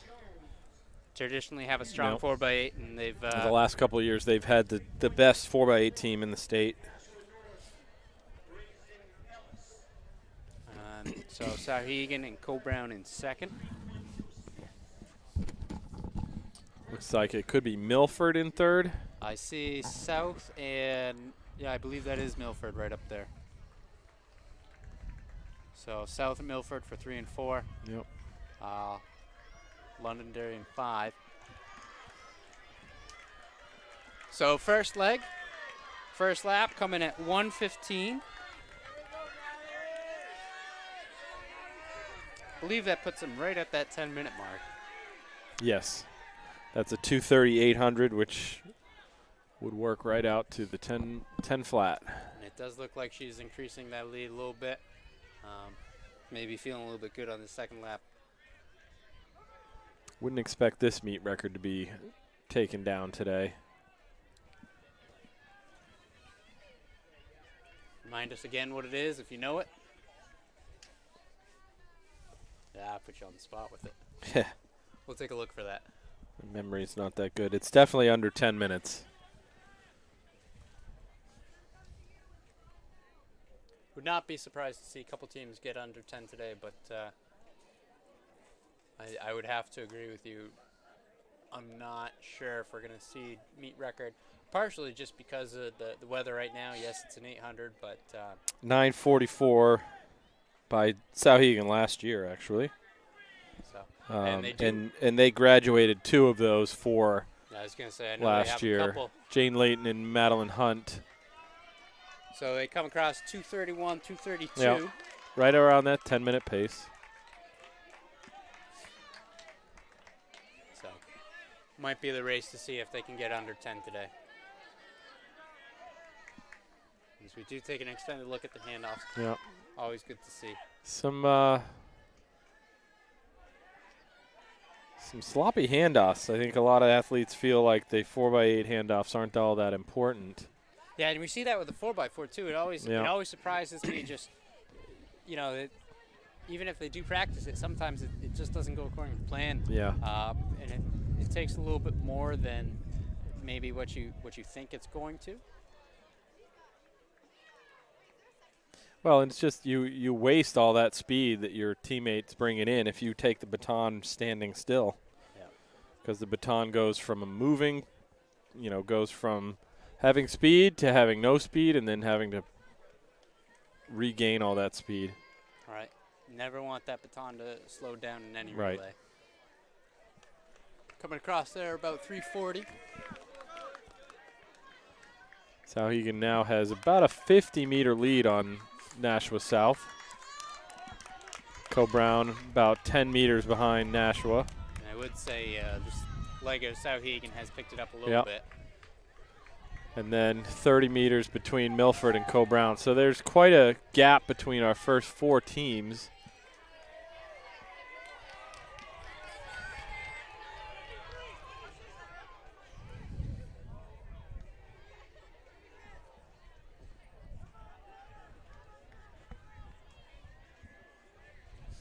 Now, you wouldn't expect a whole lot of the athletes competing in this 4x8 to be part of their team's 4x4. That's a lot to ask. To double from a 800 to a 400 in a short period of time. I did actually talk to a couple different teams, and I think one of the trends I have heard is, there might be that one person who is, but the alternate will be ready to go. Right. One of those type of situations. As Well, we see Sauhegan's handoff This now. could be one athlete in particular that might try that. Elise Lambert from Sauhegan, one of their stronger middle distance runners. Yeah, so 455, 456. That's about a 950 or so. And being in a lead by almost 100 meters, she has the distinct advantage of being able to really, really slow her pace down if she wants to double back to a 4x4. Do see most teams taking it out, maybe not, but not really more than a couple of steps. Yeah. You've got 20 meters to pass the baton. You don't need to do it within that first meter. Right. It's all right to run away from them a little bit. You're still looking, still got your hand out.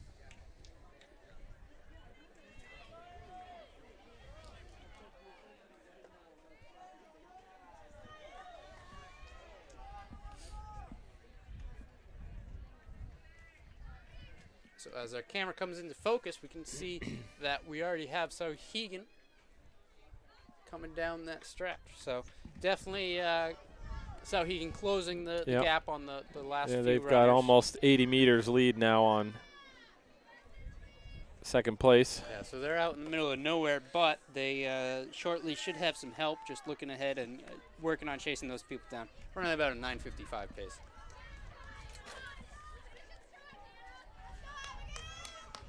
Second place coming across now, 6:25. That was South. Third, Co-Brown. Followed by Co-Brown. 6:30. Fourth, Conval. So you can. Right now, I think the biggest battle is for fifth and sixth. Yeah, that just We've went got back and forth in front Kennett of us. and Londonderry battling it out. Winnicott right behind them. So it's a three-team race for sixth place right now. A lot of things can change with the anchor leg, but Yep. What we would expect, though, is that the first three teams probably won't be changing much in their finish order. No. Because there's quite a big gap between all of them. Although possibly third place, Co-Brown and Conval are running closer to each other now than they were that first lap. So Sauhegan's anchor takes off. 7:28 puts them right around that 9:55, 10-minute 9:55, mark. yep. So I do expect them to be maybe a couple seconds under 10, but they get Here's close. Nashua South. They've got about 90 meters to make up if they have any hope of catching Sauhegan. Co-Brown and Conval. So this Co-Brown might and actually be a Conval. race. So this could be a race for third place.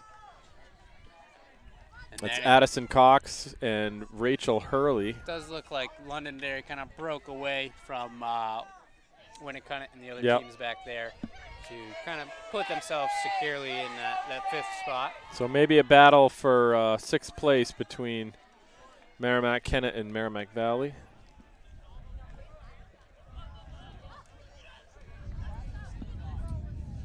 Every team's got their different strategy for who they want in what position. Yeah.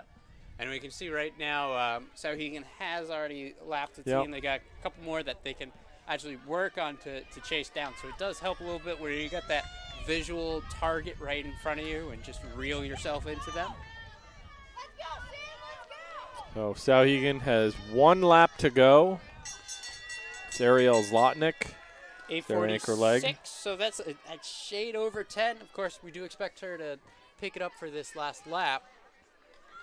But it Though if she's doing a 4x4, it might be smart to right, so just coast it out right now, and they've got a 20-second lead on second place. Yeah, and this is where it comes into play of There's no records going to be broken. Do you want to go so. for time or place? And at Yeah. this point, I mean, 4x8 being at the end of the meet, while these girls having already run something, odds are running it fresh, they're going to be able to get a Yeah. little bit faster of a time.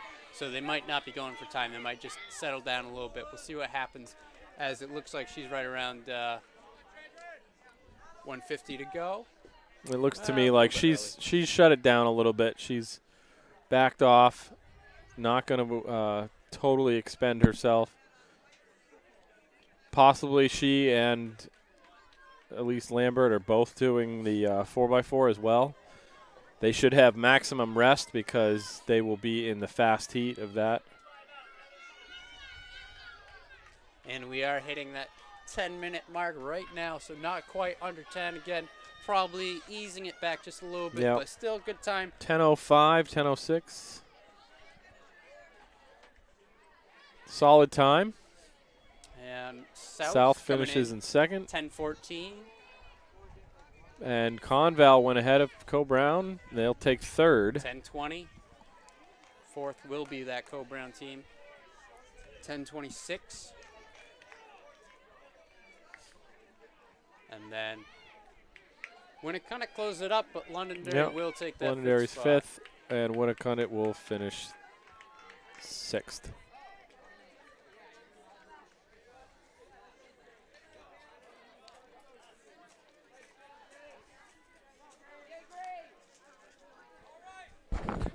You go around that way, you don't have the hot top So to walk it's on. good to see the girls with the effort. Effort there, putting good effort for the relay. She's As we afraid of finish walking up on the the asphalt. last I couple said, of go around teams. that way. You don't have any.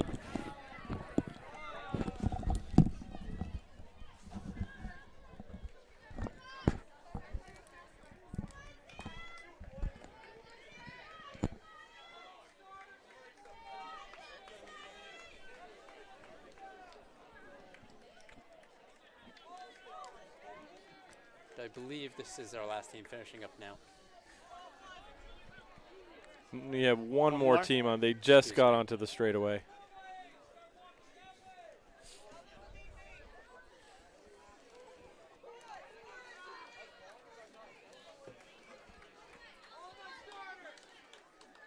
And a good finish. It's like one field event still is not quite done. The boys discus finals. Yeah, I haven't checked on all the results of the field event, but I know some good performances. I think we had a couple athletes hit that 12-6 mark in the men's pole vault, boys pole vault.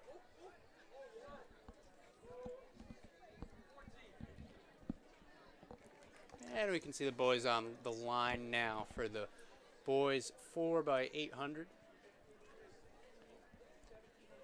Again, that's 2 laps apiece times 4. You come up with that 3,200. 18 schools, looks like, are towing the line. So this could be crowded for the first lap, rather.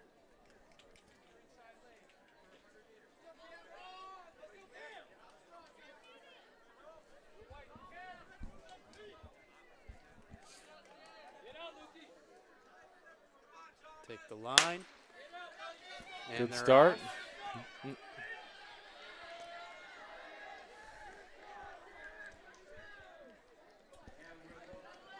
Again, they're going to run that 100 out before they get to the merger. And it looks like a clean first 100. So one of the keys with getting out in a race like this is you can't get yourself boxed in. You got to put yourself in a good position. So a lot of times you'll see runners running a little bit outside on that right shoulder. And a lot of times the athletes will elect to run just a little bit more out so they have more control over the race and maybe run a little bit longer in that true 800. And having that barrel start does present a good opportunity for that team, even the 10th or 11th place team, to be on the outside of that lead group so they don't get boxed in. So we do Otherwise, they're starting from the line itself. Oh, yeah. We see Concord coming to the line now, so they're currently in first. Tight pack, though, at 104. 64. Should put us around at 835. Concord did have that 8:15 record on their mind. So if they have any desire to take down that meet record, they're going to have to pick things up. Right. And again, earlier we heard from Forrest McKenzie. He will be on this relay. I believe he's the next Running leg. second. There he is. So thanks again to him, and good luck to him with this race. We'll see how it goes. Did see him in the 3,200 this morning as well. So looks like he'll be given the lead. He will take the baton in the lead with about 100 meters to go. So expect this first leg to be about a 2:07, 2:08 for Concord. Yeah, so we're looking at Concord, Oyster So they got River, some work to do if they want that record. and Campbell for top 3. Baton passes at 2:05. 2:05. So that's about an 8:20. And they need to shave off a few seconds on each leg if they want that 8:15 to go down. Yeah, and it looks like Forrest went out pretty hard for it. You know he wants it. We'll watch the last few handoffs and then join that first place action.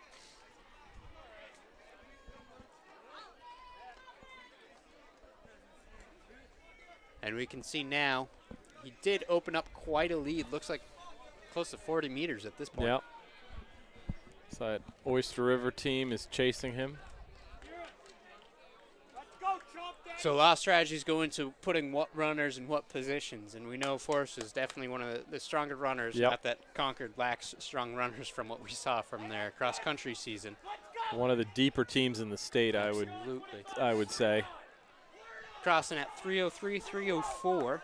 So he went out right about a 59 for his opening leg. Yeah, that drops him down to about 8:10. Yep. So he's putting in the work to get it done.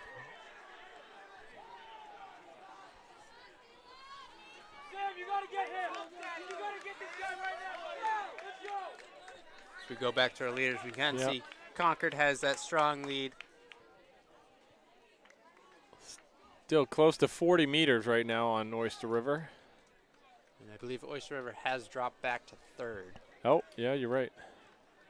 It's Nashua North who's taken over second place. Does look like Forrest is starting to struggle just a little bit, but he's got to keep it together. He's got 100 left.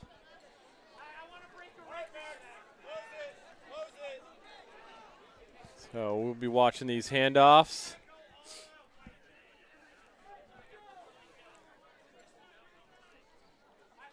Oh.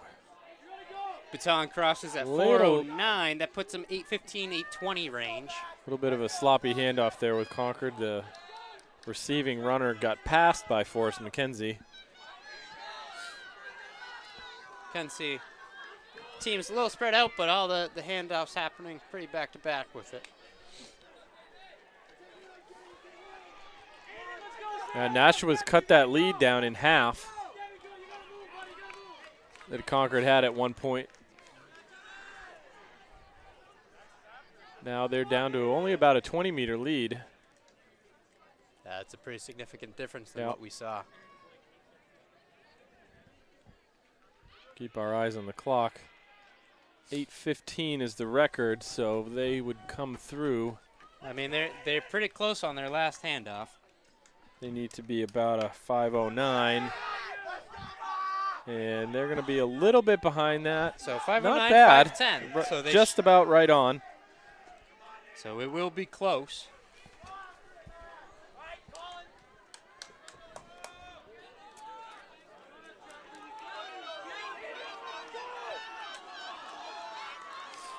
Again, that record is 8:15:33, done by Sauhegan back in 2014.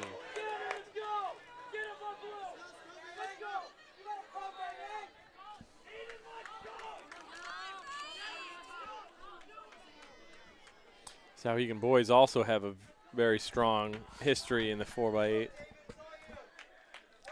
including the state record, which they hold. So now it's time where we should be talking about Nashua North maybe going after that record, as we do see they have passed Concord coming on this straightaway. So this could be a tight battle. David Vorbach is going to be anchoring for them. Yeah, Max Ireland to David Vorbach. Very good It's combination. a good duo. Saw them at Meet of Champions go 1-2. Yep. And they came across paced for about an 8:20 or so. So if they pick it up, which he very easily could, David Yep. Vorbath very easily could, they could be in that striking distance as well.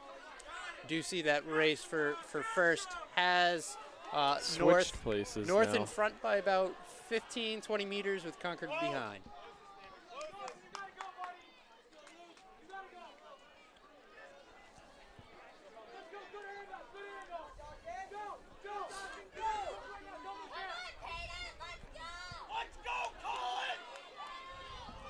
Also notice that Concord and North have now begun to lap the field. Yep. You can see that as passing a few teams already.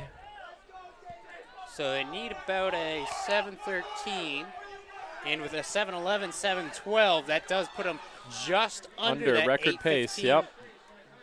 So as long as he can maintain what he was doing, he should be all set for it. And you'd believe that David Vorbach could run a 60-second 400 if he needed to, which is all he needs.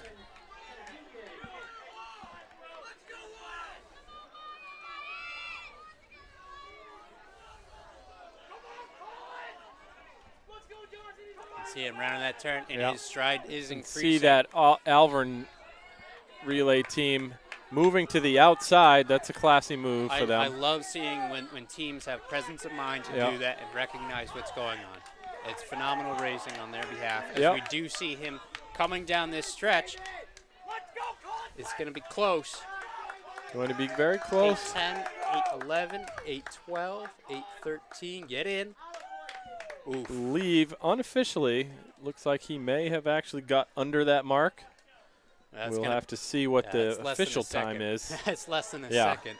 definitely. So, well done by National North there, as well as Concord to put in a strong effort the first half of that race. So again, different mentalities when you put the lineups together of where do you put your strongest runners. And we saw National North, they put them 3-4. First couple legs definitely put them in the right spot for it. We saw Max Island make a phenomenal move to bring them up there. And then David Vorbath put down the hammer. As we see teams finishing up now as we get to that 9-minute mark.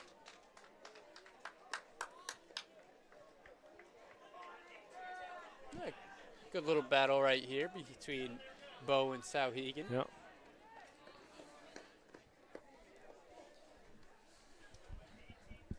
Good finish there. Yeah, racing that hard right at the end. You're racing with heart. Couple teams still out on the track. Finishing up. I think our last team is just making the turn around the 200. And the next up, I think, by consensus, most of our commentators' favorite event, the 4x4. Yeah, you love having 4x4 at the end of the day. It adds a lot of excitement, especially when you're talking about a team battle. I don't know how many teams right now are fixated on that overall team score, but come the end of the season, a lot of things are on that line for That's the 4x4. right. And it's good to see, you need all 4 guys to perform in order to get that mark. So I think we are clear of the track now, so we can get our 4x4 teams on there. So I believe we had 21 girls teams coming into the meet. Not sure if everyone showed up, but it looks like we're going to have 3 sections of it.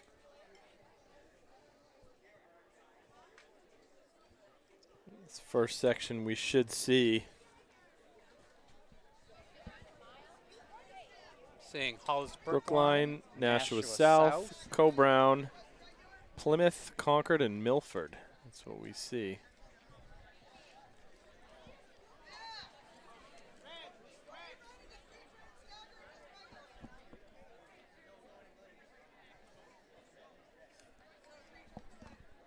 The officials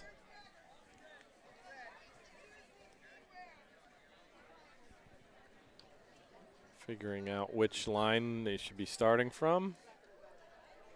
Yeah, talking about 2-turn stagger, 3-turn stagger.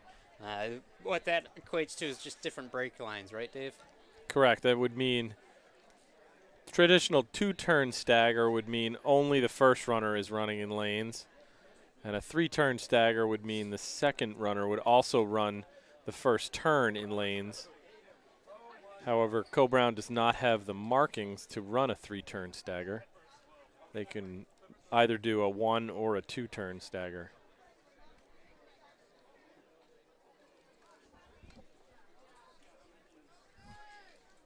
Or we could do the old-fashioned waterfall start where everybody just starts on the line. Cuts in as soon as you've got your one stride lead. Yeah, I like seeing top teams in those lanes to start, but I tell you, it'd be pretty exciting to see a larger group do that waterfall. I know that first Putting all handoff- 17 teams right on the line, yeah. Yeah, that first handoff would be pretty exciting. Dangerous, I think, would be the word I would That's use. a good one. Well, it just gives you that extra motivation to make sure you're handing Yeah. off in first. And First they're heat is off. Again, we've got Halls Brookline, Nashua South, Co-Brown, Plymouth, Concord, and Milford in this first heat. Heats are running fast to slow, so this should be our fastest heat. We say should. Some of these teams coming in with their seed times may be running a different 4 athletes than they've run up to this point in the year. Yeah, and I will say more times than not, we do see a team from a slower heat squeak in the 4x4 to. Yep.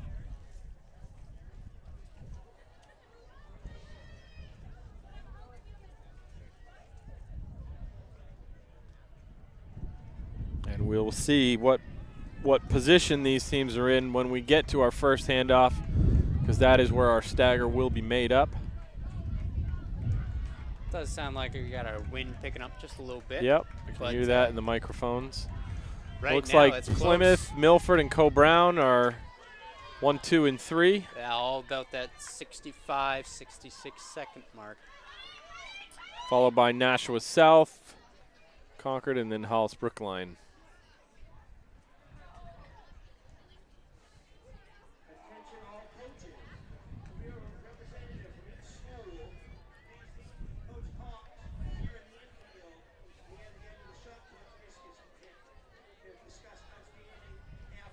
Yeah, that handoff might have been a little bit tight if we had more teams out Yeah, there. that could have been. They were all pretty close. Could have been disastrous.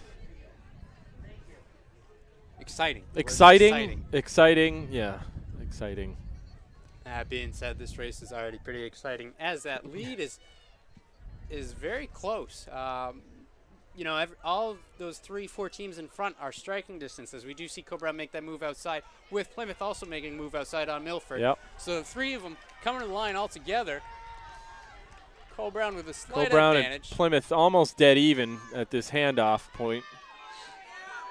So Plymouth with the inside spot does lose a little bit to Co-Brown, as Co-Brown does come out in first with that That's one. a perfect example of where a good handoff can make the difference. Oh, absolutely. That was nice and smooth. If it Yep. wasn't that smooth, you would have dropped at least 1 spot, if not 2. But we do see Co-Brown extending their Yep. lead a little bit now. Tight battle for second between those two. And Nashua a South's three-way. now back Nashua in the South back in the fight. making a strong move to move up into second. Closing the gap ever so slightly, perhaps, on Co-Brown. Maybe not. Hard to tell. Co-Brown has a long stride going right Nashua now. South is Nashua coming South on picking hard. it up, though. They are going to finish very strong on this leg. Yeah, they're going to draw it in and make it close again.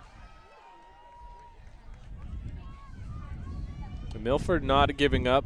Neither is Halls Brookline. So Co-Brown passing off about 3:18. South, Plymouth back in it, and then Milford. Co-Brown with the better handoff of those 4 teams during that exchange. Again, we're seeing a battle for that 4th place. Looks like they might have switched.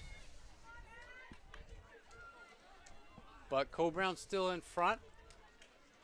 So of these teams on the track, Concord has the best 400-meter runner with Devaney, but she's got close to 60 meters to make up on the first place team, Co-Brown, and as good as she is, I don't think that's possible. Yeah, that's a large gap at this point. And again, like you said, Co-Brown. She's going to reel in at least 2 of these teams, though. I'm fairly certain of that. So taking the baton in 5th, and she could finish in 3rd. She's past Hollis Brookline. So Co-Brown Sophie Yep. Sophie Laird will finish. crossing Co-Brown 422. winning the 4x4. And Concord's going to finish in 3rd. That's a good battle right there. So 5th to 3rd. Yeah, she worked hard to move up there.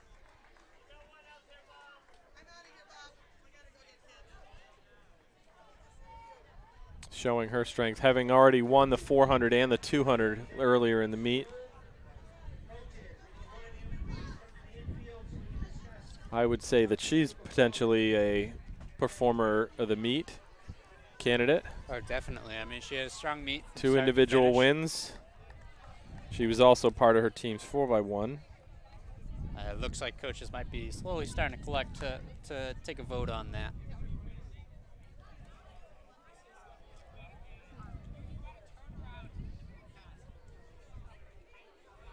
And while we wait for our next heat, would like to go ahead and give a shout out to all the volunteers that worked today, all the officials as well. They've done a great job, especially the field events, to get everything moving and rolling and all the way through. Fan presence has been great. All our commentators were phenomenal. So Concord's 4x1 had finished 2nd to Nashua South. So 2 wins, a 2nd and a 3rd for Grace Devaney. That's a pretty good meet. Yeah. And we haven't seen too many other double winners. We'd have to look at field events to get an idea.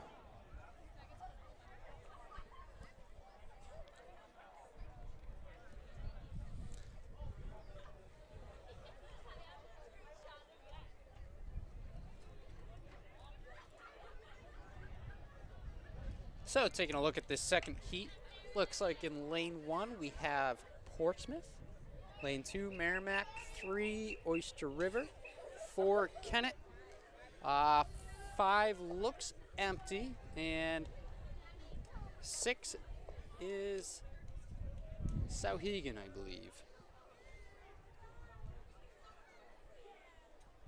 So it might make it a little bit harder for that Sauhegan runner, not having someone in lane 5. Yep. And I know when we had Orion on, we talked about kind of advantages, disadvantages of different lanes as this heat takes off.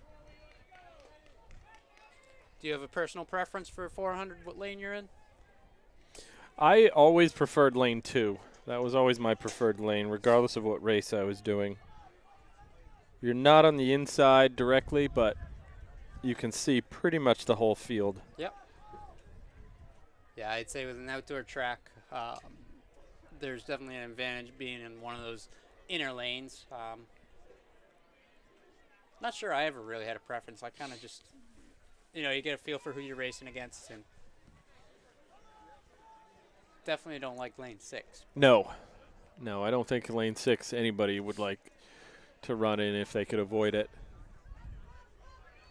So looking through, it looked like the only other double winner was in the girls' discus and shot put, Kathleen Collins of Co-Brown,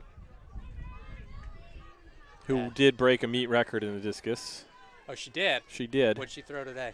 It looked like 137, and the previous meet record was 125. All right, so not quite her mark from last week, that Nope. bomb of 144. Yep. But still maintaining her top place. And this looks like a pretty close race so far. Yep, that's a tight contest. That looks like again, that's Merrimack and Oyster River. Yeah, the two Oyster blues. River. So and Merrimack now first. moving to first place. Oyster River second, although it looks like It's like Kennett and Portsmouth has now moved ahead of them. So I think Portsmouth's now in second. Yep. So Kennett in Merrimack, third. Merrimack in Oyster Merrimack, River in fourth, Portsmouth, rather. Kennett, Oyster River, and then Sauhegan. Yep. But still striking distance, especially some of these girls out here. We know what they're capable of. And Well, now Portsmouth's claimed the lead. good last little kick Yep. coming across. 211. Merrimack with a good handoff, though. Sauhegan took over fourth place from Kennett.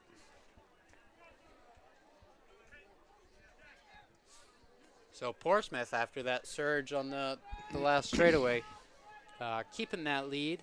Yep. Oyster River and Merrimack, Oyster River and Sauhegan, rather, both moving ahead of Merrimack.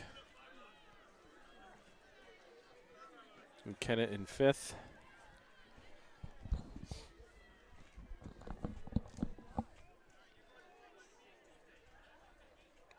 So whenever there was a question about performer of the meet, I always like to defer to the kids who do relays. I feel like they're at a little bit of a disadvantage when you just look at point totals. Right. So I was always more generous toward leaning to the kids who would do, relay events, helping their team out, not necessarily going after their individual point totals. Oh, absolutely. I mean, some of the top athletes, they can do 4 or 5 individual events, but a lot of times we do see them in the relay just to help the team Right. aspect. So to me, I'd have to agree with you that, even 10th place for a relay, you split the points between the runners. To me, I don't always equate it that way because it means more in some regards. Correct. You're taking a step back from your strength and you're saying, hey, I'm going to help my team come along and we're going to do something Right. cool together. So I put some good weight on the relays as well. I still do love seeing the 4 event individual wins or Yeah. three individuals. in It's a certainly relay. not it's not an easy task. No. But at an invitational like this, where it's not like it's a state championship meet, so you wouldn't necessarily want, to maximize each athlete's individual point total. Good move from Oyster Nice River, finish by Oyster River. finishing to win that heat. 421. So yeah, that was a strong move in that last little stretch. So. Yep. Time's pretty competitive with that first heat, actually. Again, we could be seeing combinations that have not run together yet during the year.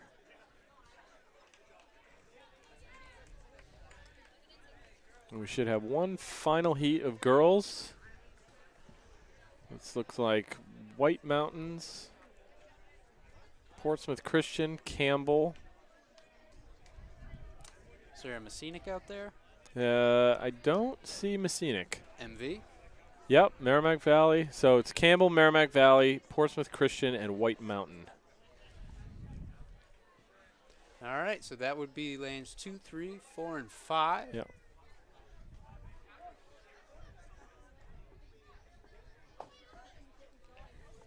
Top seed time from this group coming in was 4:36 by MV.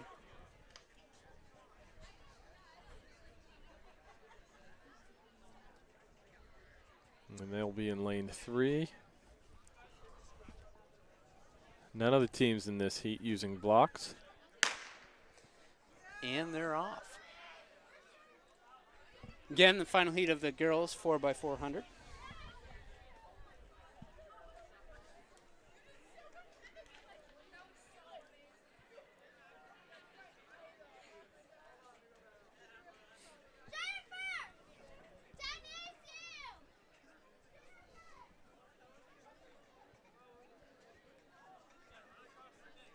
And about 200 meters in, we do see,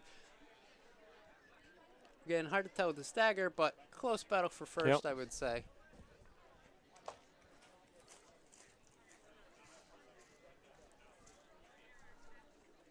It looks like White Mountain and Portsmouth Christian. Yeah, Portsmouth Christian with the better of it, but getting a decent kick from MV as well. Yep. So they're moving a little bit, gaining a little bit. Now that everything's evened out on this straightaway, you can get a good picture of it. And again, when Portsmouth it's, Christian has the lead, though, when over. it's this close at that handoff starts to get crucial. Yep. Taking him out Good handoff from Portsmouth Christian. and cut right in. White Mountain also good handoff. So we do see Portsmouth Christian, Merrimack Valley in 1 and 2. Then again, White Mountains in 3. 4th is Campbell.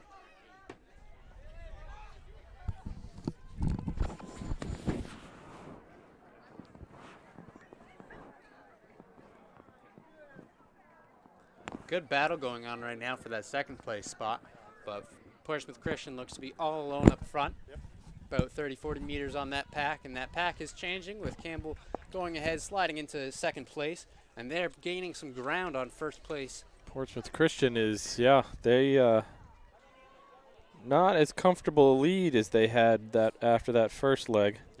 This Campbell second leg is making a tremendous push to move their team up.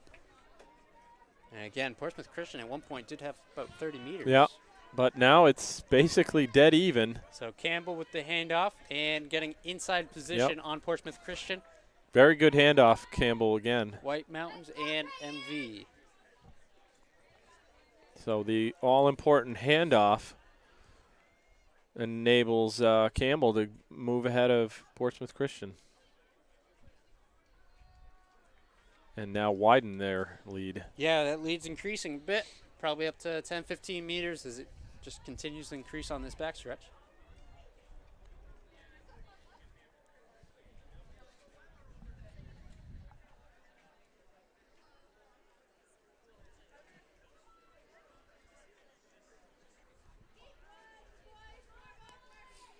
See the boys 4x4 rather, being called onto the bullpen. As Campbell does hit this stretch, passing off to the final leg, anchor leg. Well, the 1 lap to go. Campbell now has about a 30-meter lead on Portsmouth Christian. Clean handoff. Another good one.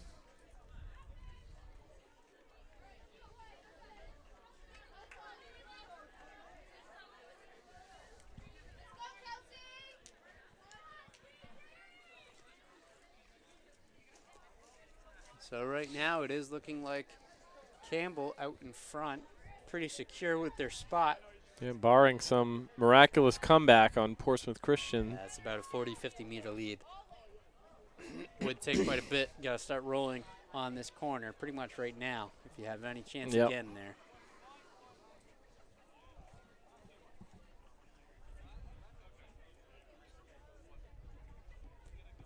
That's his heat is pretty much spread apart at this point.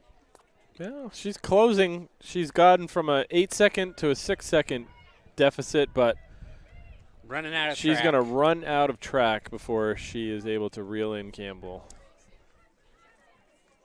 That definitely made it a lot closer, though, as we do see Campbell finishing in first for this heat with 4:37. Portsmouth Christian right behind, 4:39. Merrimack Valley and White Mountain.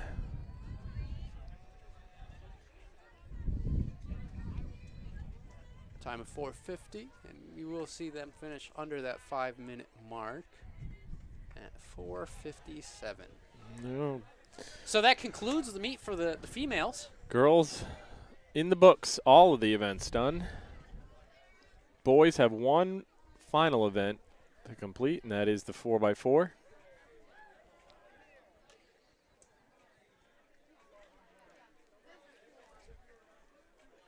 We've had a lot of different winners on the boys' side. I'm not too sure we've had any double event winners. Possibly Kashif Boganum from Sanborn. Then Angel's brother. He did, was he Manola second? Feliz. He won the 110 hurdles and got second in the 300 hurdles.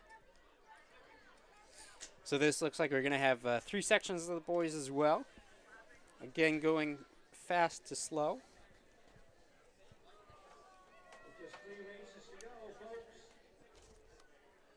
Looks like Merrimack, lane 1. Merrimack Valley, lane 2. Milford, lane 3. Concord, lane 4. Conval, lane 5. And Hollis Brookline out in lane 6.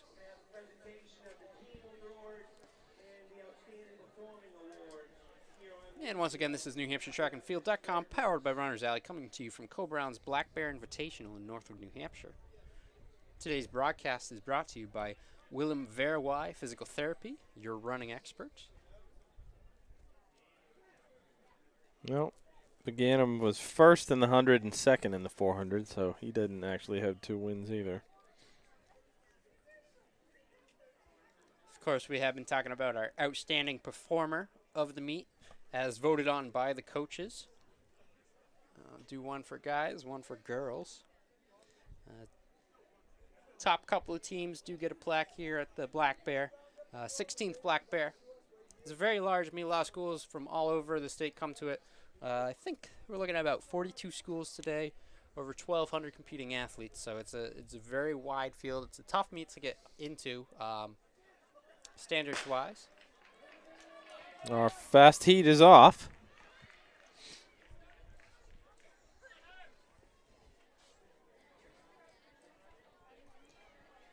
Again, we saw a pretty cool middle school mile from the girls and guys. That was always fun to watch. And we have a double winner on the boys' side. Patrick Haggerty from Londonderry has won the shot and the discus.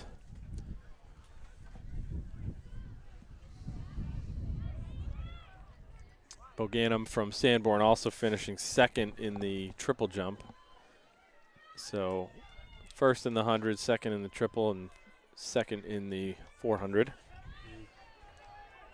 Was he part of the 4x1, do you know? Not sure of that. I'm going to go with a no. Yeah, maybe. 4x1 did finish in 4th. So now, having all teams cut in, we can see this is a very tight race for Tight that race first between spot. Merrimack and Conval. Very, very tight race. See Conval edging him out before this corner. But I wouldn't be surprised That's to see the Merrimack. position you want to be in, is you want to be ahead after that back straightaway going into the turn. Yeah, I wouldn't be surprised to see Merrimack roll off this corner, though. Yep. As They're going to go wide and try to go around. That Conval swinging out wide as well, staying in the outside part of lane 1. Yep. Merrimack looks like might be limping just a little bit. It's that death march that Jim McKenzie was talking about. Yeah. So a little bit of sloppy handoff on Merrimack. The runner overtaking their second leg. But See that more often than you would think. all said and done, we do see Conval in first by Yep. about 5 meters. Yep. I think the 4x4 athletes underestimate how fast their teammates are coming in at the end of a 400. Oh yeah, that's And don't leave early enough to match speeds and often get overrun by their teammates. so. Looks like Merrimack is closing Yep. that gap on Conval just a little bit. So expecting to see same thing, rolling off that corner and trying to pass, Yep. and he does. Successfully passes this time. They switch spots. So Oh, and Merrimack's Portsmouth gonna has move now up. claimed second place from Conval. Concord. Sorry, Concord. My mistake. So Merrimack, Concord, Conval, Merrimack Valley, Hollis Brookline, and Milford. Whoop. Now look at this. Concord is now reeling in Merrimack. That's a strong leg right now. Right on him at the 200 mark. Can make for a good finish. Yep. Although it does Merrimack look like athlete felt him coming. it's holding him off pretty well. See if Concord has that last little kick in him. That last effort on the home straightaway. Does swing out wide. Yep. But Close, he's but not going to enough. run out of room too. Yeah. So Merrimack coming across 337. Concord in second, Conval in third. Merrimack Valley in fourth, Hollis in fifth, and Milford in sixth.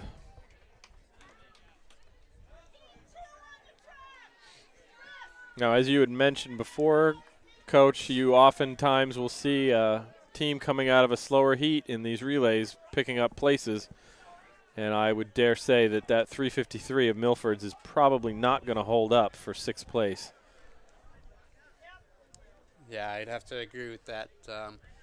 You imagine one or two teams might be able to squeak past that. Yeah. Given the schools we see on the track now, we have St. Thomas, Kennett, Nashua North, Co-Brown, Nashua South, and Sauhegan.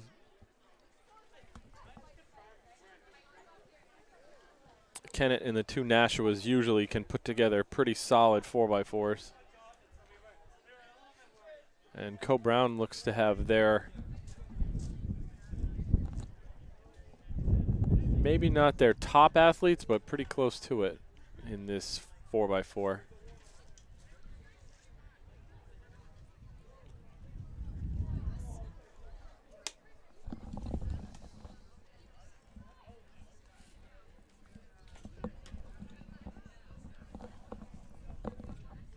So once again, I'd like to thank William Verwey, physical therapy running experts, for being the Meet Hub sponsor for today. You found this video either through YouTube or on the Meet Hub, but check out the Meet Hub if you haven't already. It's going to be filled with pictures, interviews, recaps, and more. So our second heat is off.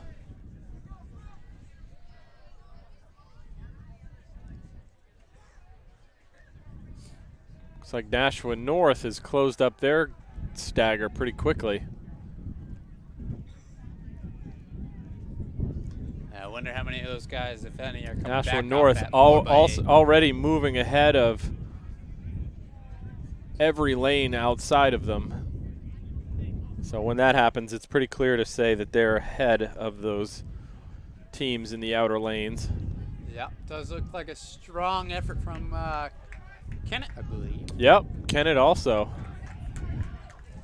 So coming into the handoff right now, we got Kennett, North, St. Thomas, Co-Brown, South, and then Sauhegan. Kennett's leadoff with a 54. That's a very solid leg for the second heat. Nashua North pulling even and moving now ahead of Kennett. Good takeover there on the straightaway. And still increasing that distance ever so slightly over Kennett. This is looking like a two-team race again.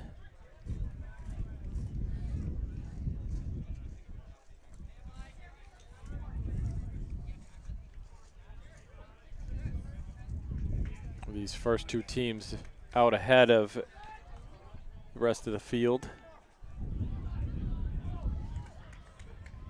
Comes Nashua North for their second handoff.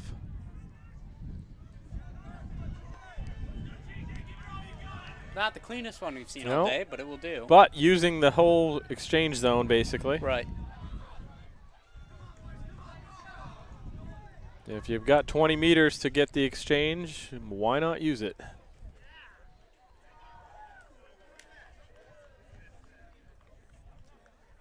Kennett trying to stay in this still.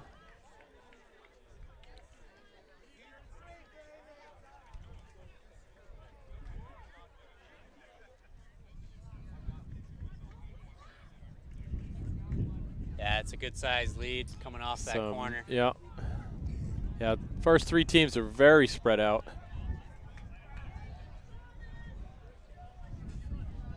All right, Nashua South, Nashua North. Getting their baton. 246.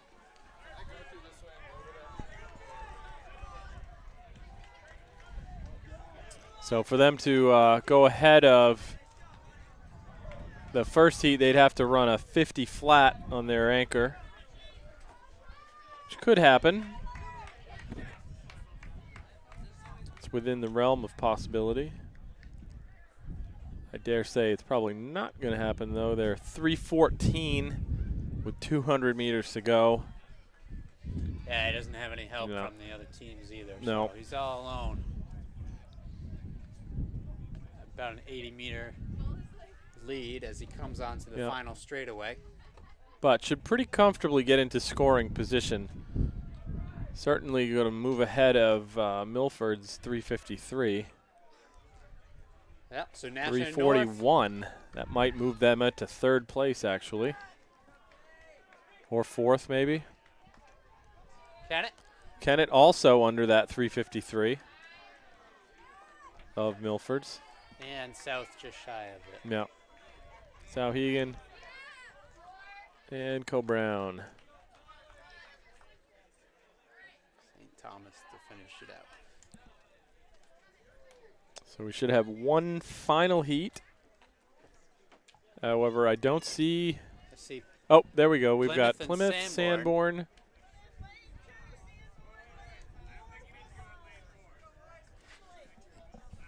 So we have two teams in this final heat.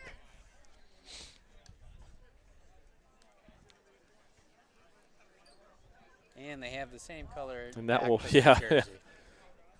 Just to make it fun. Didn't want to make it easy.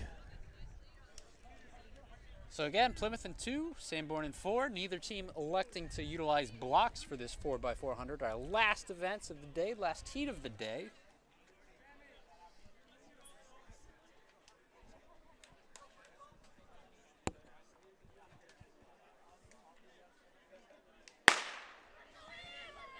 And they're off. But I think we should be able to finish the meet before 4 o'clock. With 7 minutes and one heat of the 4x4 to go, that's... I have faith they'll be able to do it. I think so.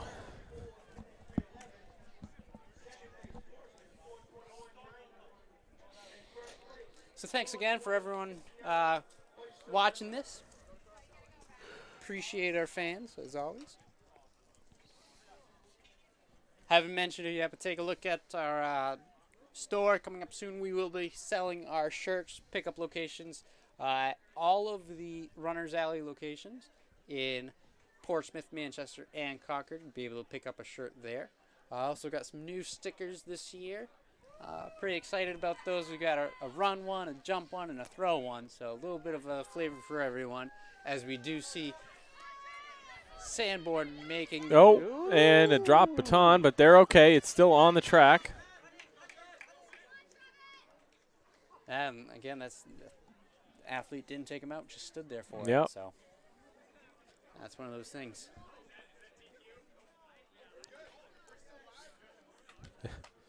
Yeah, the Sanborn team very excited that they're still alive. Checking with the officials, make sure they Yep. weren't disqualified there. Yep. Don't expect them to be setting any records, though, if they're picking up a dropped baton. No, but still a good opportunity for coaches to get some splits on their athletes and Yep. get some good data. And again, if you're going to drop the baton, probably better to do it here at better the to do it this point in time. Invitational than the state meet. Yeah, in all honesty, it took me about half a season before I stopped dropping a baton when I first started doing relays. So Another little shaky handoff there.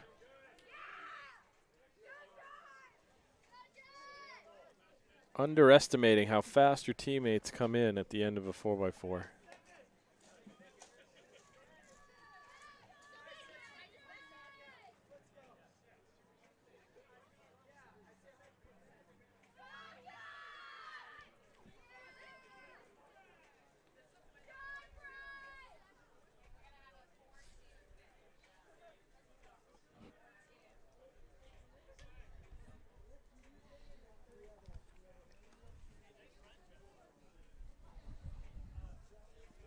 So again, this is our last heat, the boys 4x4, Coming. last event of the day.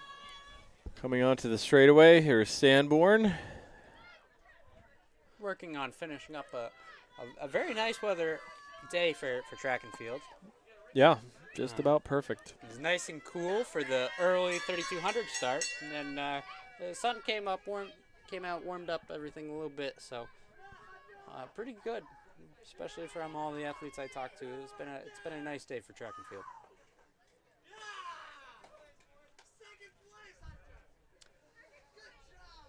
And with the anchor legs going again, this is once again New Hampshire Track and Field.com, powered by Runners Alley.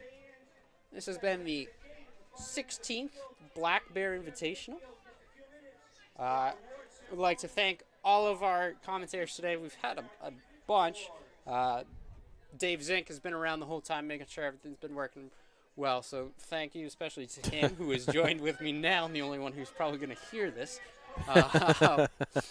Special Well, thanks potentially some parents of the Sanborn and Plymouth teams. They might watch it all the way through. I meant of the other commentators. Gotcha. Yeah. So thanks again to our athlete commentators, Ryan Klahar, Evan We have Tangway, Sanborn Forrest, finishing Kenzie. 409. Thank you again to our experienced commentators, adult commentators as well. It was nice to hear from Fergus today, as well as